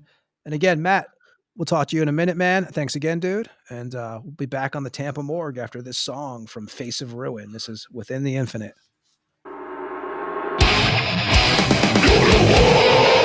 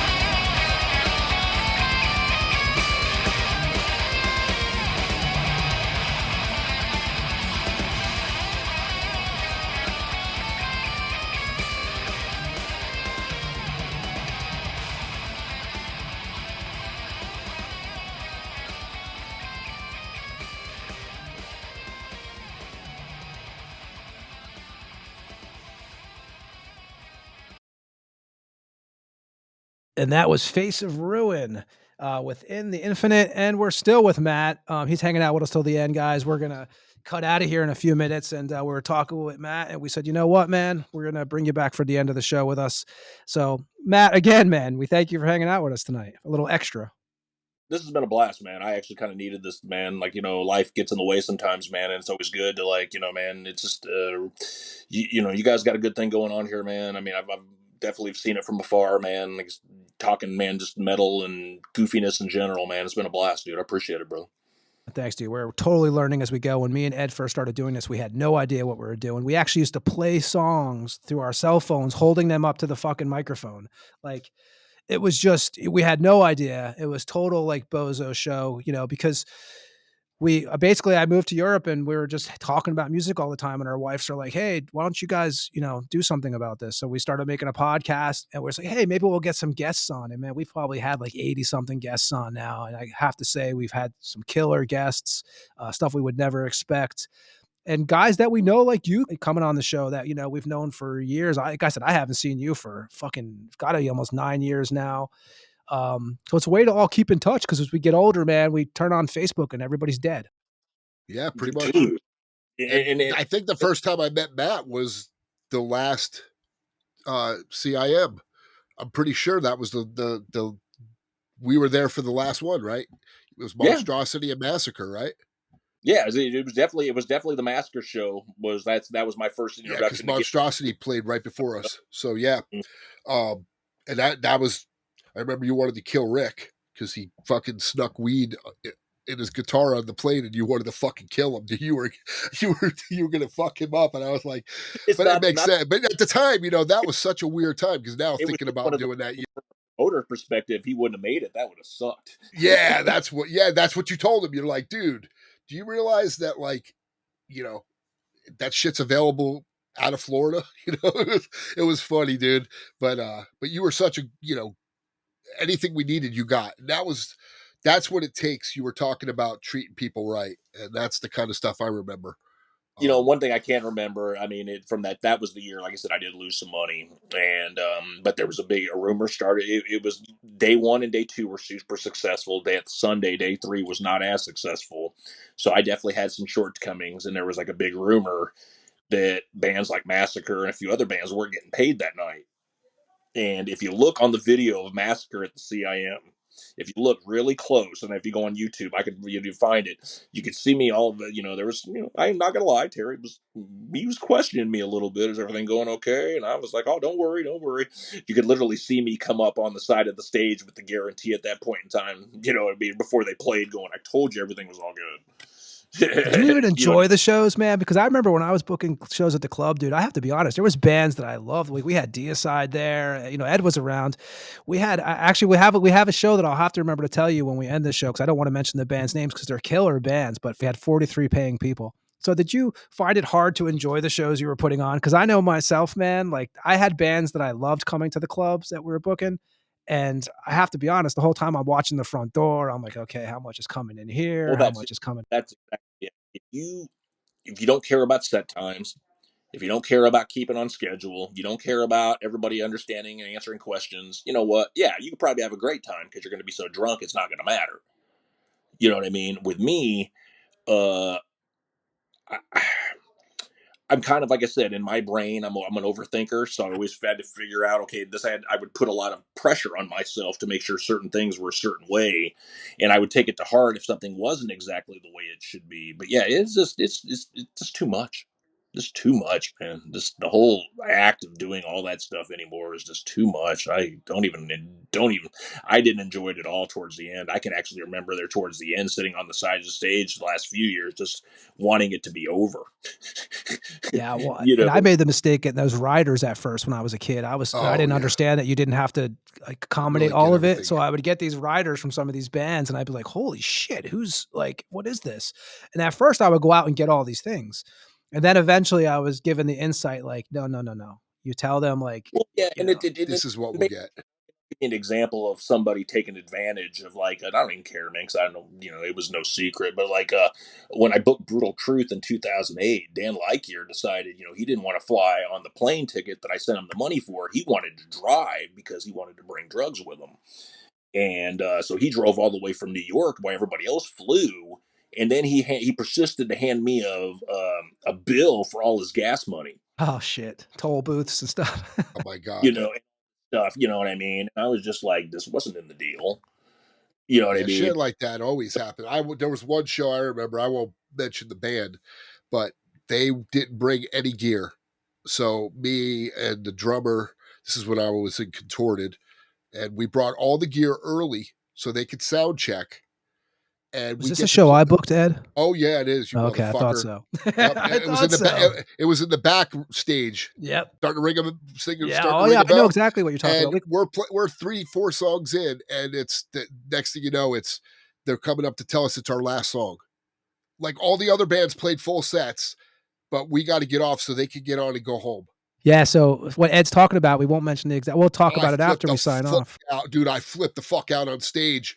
And the dude in the band who's in another huge band was like, please, bro, don't. Because I was going to fucking snap, dude. I snapped because I'm like, I gave up my time to bring gear and you're cutting me off.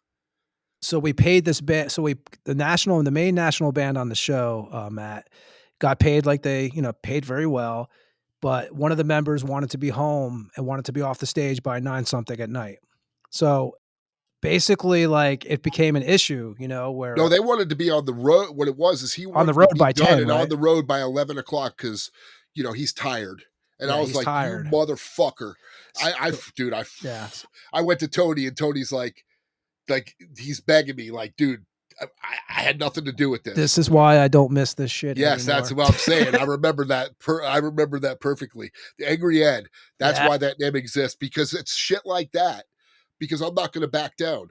I wasn't some fucking piece of shit. I'd already been playing in Diabolic and doing other big bands and shit. Shit on me. Come on, man. Not the fucking opening bands. Don't cut their slot. The guy who brought all your gear. That was what pissed me off. And that's something, unfortunately, I've been noticing a lot more is, like, a lot of, like, these festivals, what happens is the younger bands the opening bands take a lot of the time, and a lot of the problems happen, and then the later bands usually have to suffer. It's, it's not even that, because, I'll throw names out there right now, because I've told this story. I don't know if I've ever told it on air, but we played Texas, a metal fest in Texas. We were touring with Morbid Angel. I was in Diabolic, and the two headlining bands were Sam Hain and Danzig. So Sam Hain was playing, and then Danzig did his set. Well, when Morbid got there, Danzig tried to cut Morbid's set. They had an hour, and they're like, you get to play 30 minutes. You're not making Morbid Angel play 30 fucking minutes. And they had a contract. So Morbid's like, not fucking happening, dude. And it became a big thing where Danzig was so pissed off, and they were just, he was trying to be a bully. And, it was like, I think 3 weeks later is when that dude knocked him out on video whatever Kings. But I'll tell you, we went upstairs to do some meet and greet, or, how they have them at the festivals where you got to go upstairs and they do like a little press thing and talk to the band or whatever. So I was walking up there with the Jason from Monstrosity, and they told us go in the first room on the right, and we did. And there's nobody in there. And we're walking around, and we're like, what the fuck's going on? And as we're coming out, Danzig walks in the room, and he starts fucking screaming at us. The fuck are you doing in my room? And he's doing the flexing bullshit, like the videos where he's looking. And we started laughing at him because, dude, the dude's 5'3". Like, I could fucking punt this guy into tomorrow. And I'm like, and Jason was like, dude, they told us to come in this room. You fucking come in my fucking, and he's like, dude, he's like an asshole. And we're walking out of the room laughing, and we turned around, and he said, what the fuck is so funny? And we were like, I said, dude, I heard Jason said something about fucking dropping him on the spot. And it's just funny. 3 weeks later, he's on his haircut. So I'm thinking, damn, dude, we fucking missed out. We could have fucking been the guy. So I'm going to cancel my invitation to Danzig to come on the show. Yeah, now. Yeah. Well, yeah.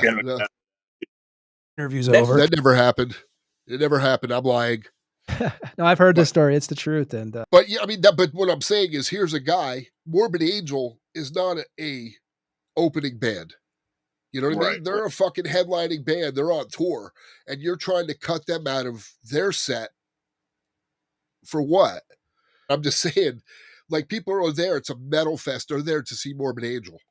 They're there to see Right. Deceased. They're there to see Mortician, Monstrosity, Diabolic. You know what I mean? They're there to see those bands because it's a metal fest. You know, so it's just that kind of shit sticks in my head because I'm like, forgot where you came from. You know? people thought the show was over. Yeah. Yeah. So, but yeah, I guess we should make it over. Yeah. But Matt, we kept Matt on a little bit longer. I appreciate that, dude. And yeah, man. Dude, I've had a Anybody? blast, man. Thank you. No, we appreciate you for hanging out, man. Again, and like I said, when the new Human Artifacts is out, we'll definitely promote that for you. And Ed, where can people find us who want to hear the show? Oh my goodness gracious. You always do this. Apple, Spotify, YouTube, anywhere podcasts are gone. And, YouTube, no video, but if you have, like me, the premium, you can listen to it commercial free. So that's a bonus. And the Tampa Morgue at gmail.com for all correspondence. Go to Instagram. Facebook sucks, but we have one. So yeah, that's that. There you go. Got all that, Matt? So we're going to get out of here. This is episode 93. Again, we want to thank Matt Bishop for hanging out, man. A little bit extra. We usually, Matt stuck around for pretty much the whole episode. So, we appreciate that. 94. Ooh, No, this is, 94. oh yeah, 94. You're correct. We are 94, brother. That's right. We are 94. Oh my God. But everybody see, we have so many things going on. It's hard to keep the number now. I'm gonna have to have a little. And I just realized something else I'll tell you after the show, Ed. Now that you mentioned 94, you're right. All right. Yeah. Again, Matt, have a good one. Ed, have a good one. Thank you, man. Enjoy my vacation. Guys, you guys have good rest of your day and evening, wherever you're at. You too, dude. And Ed, enjoy your vacation. We'll be back next week on the Tampa Morgue. Peace. See ya. This is King Fally from Deceased, and you just listened to another episode of the Tampa Morgue. Tune in next week and stay fucking dead.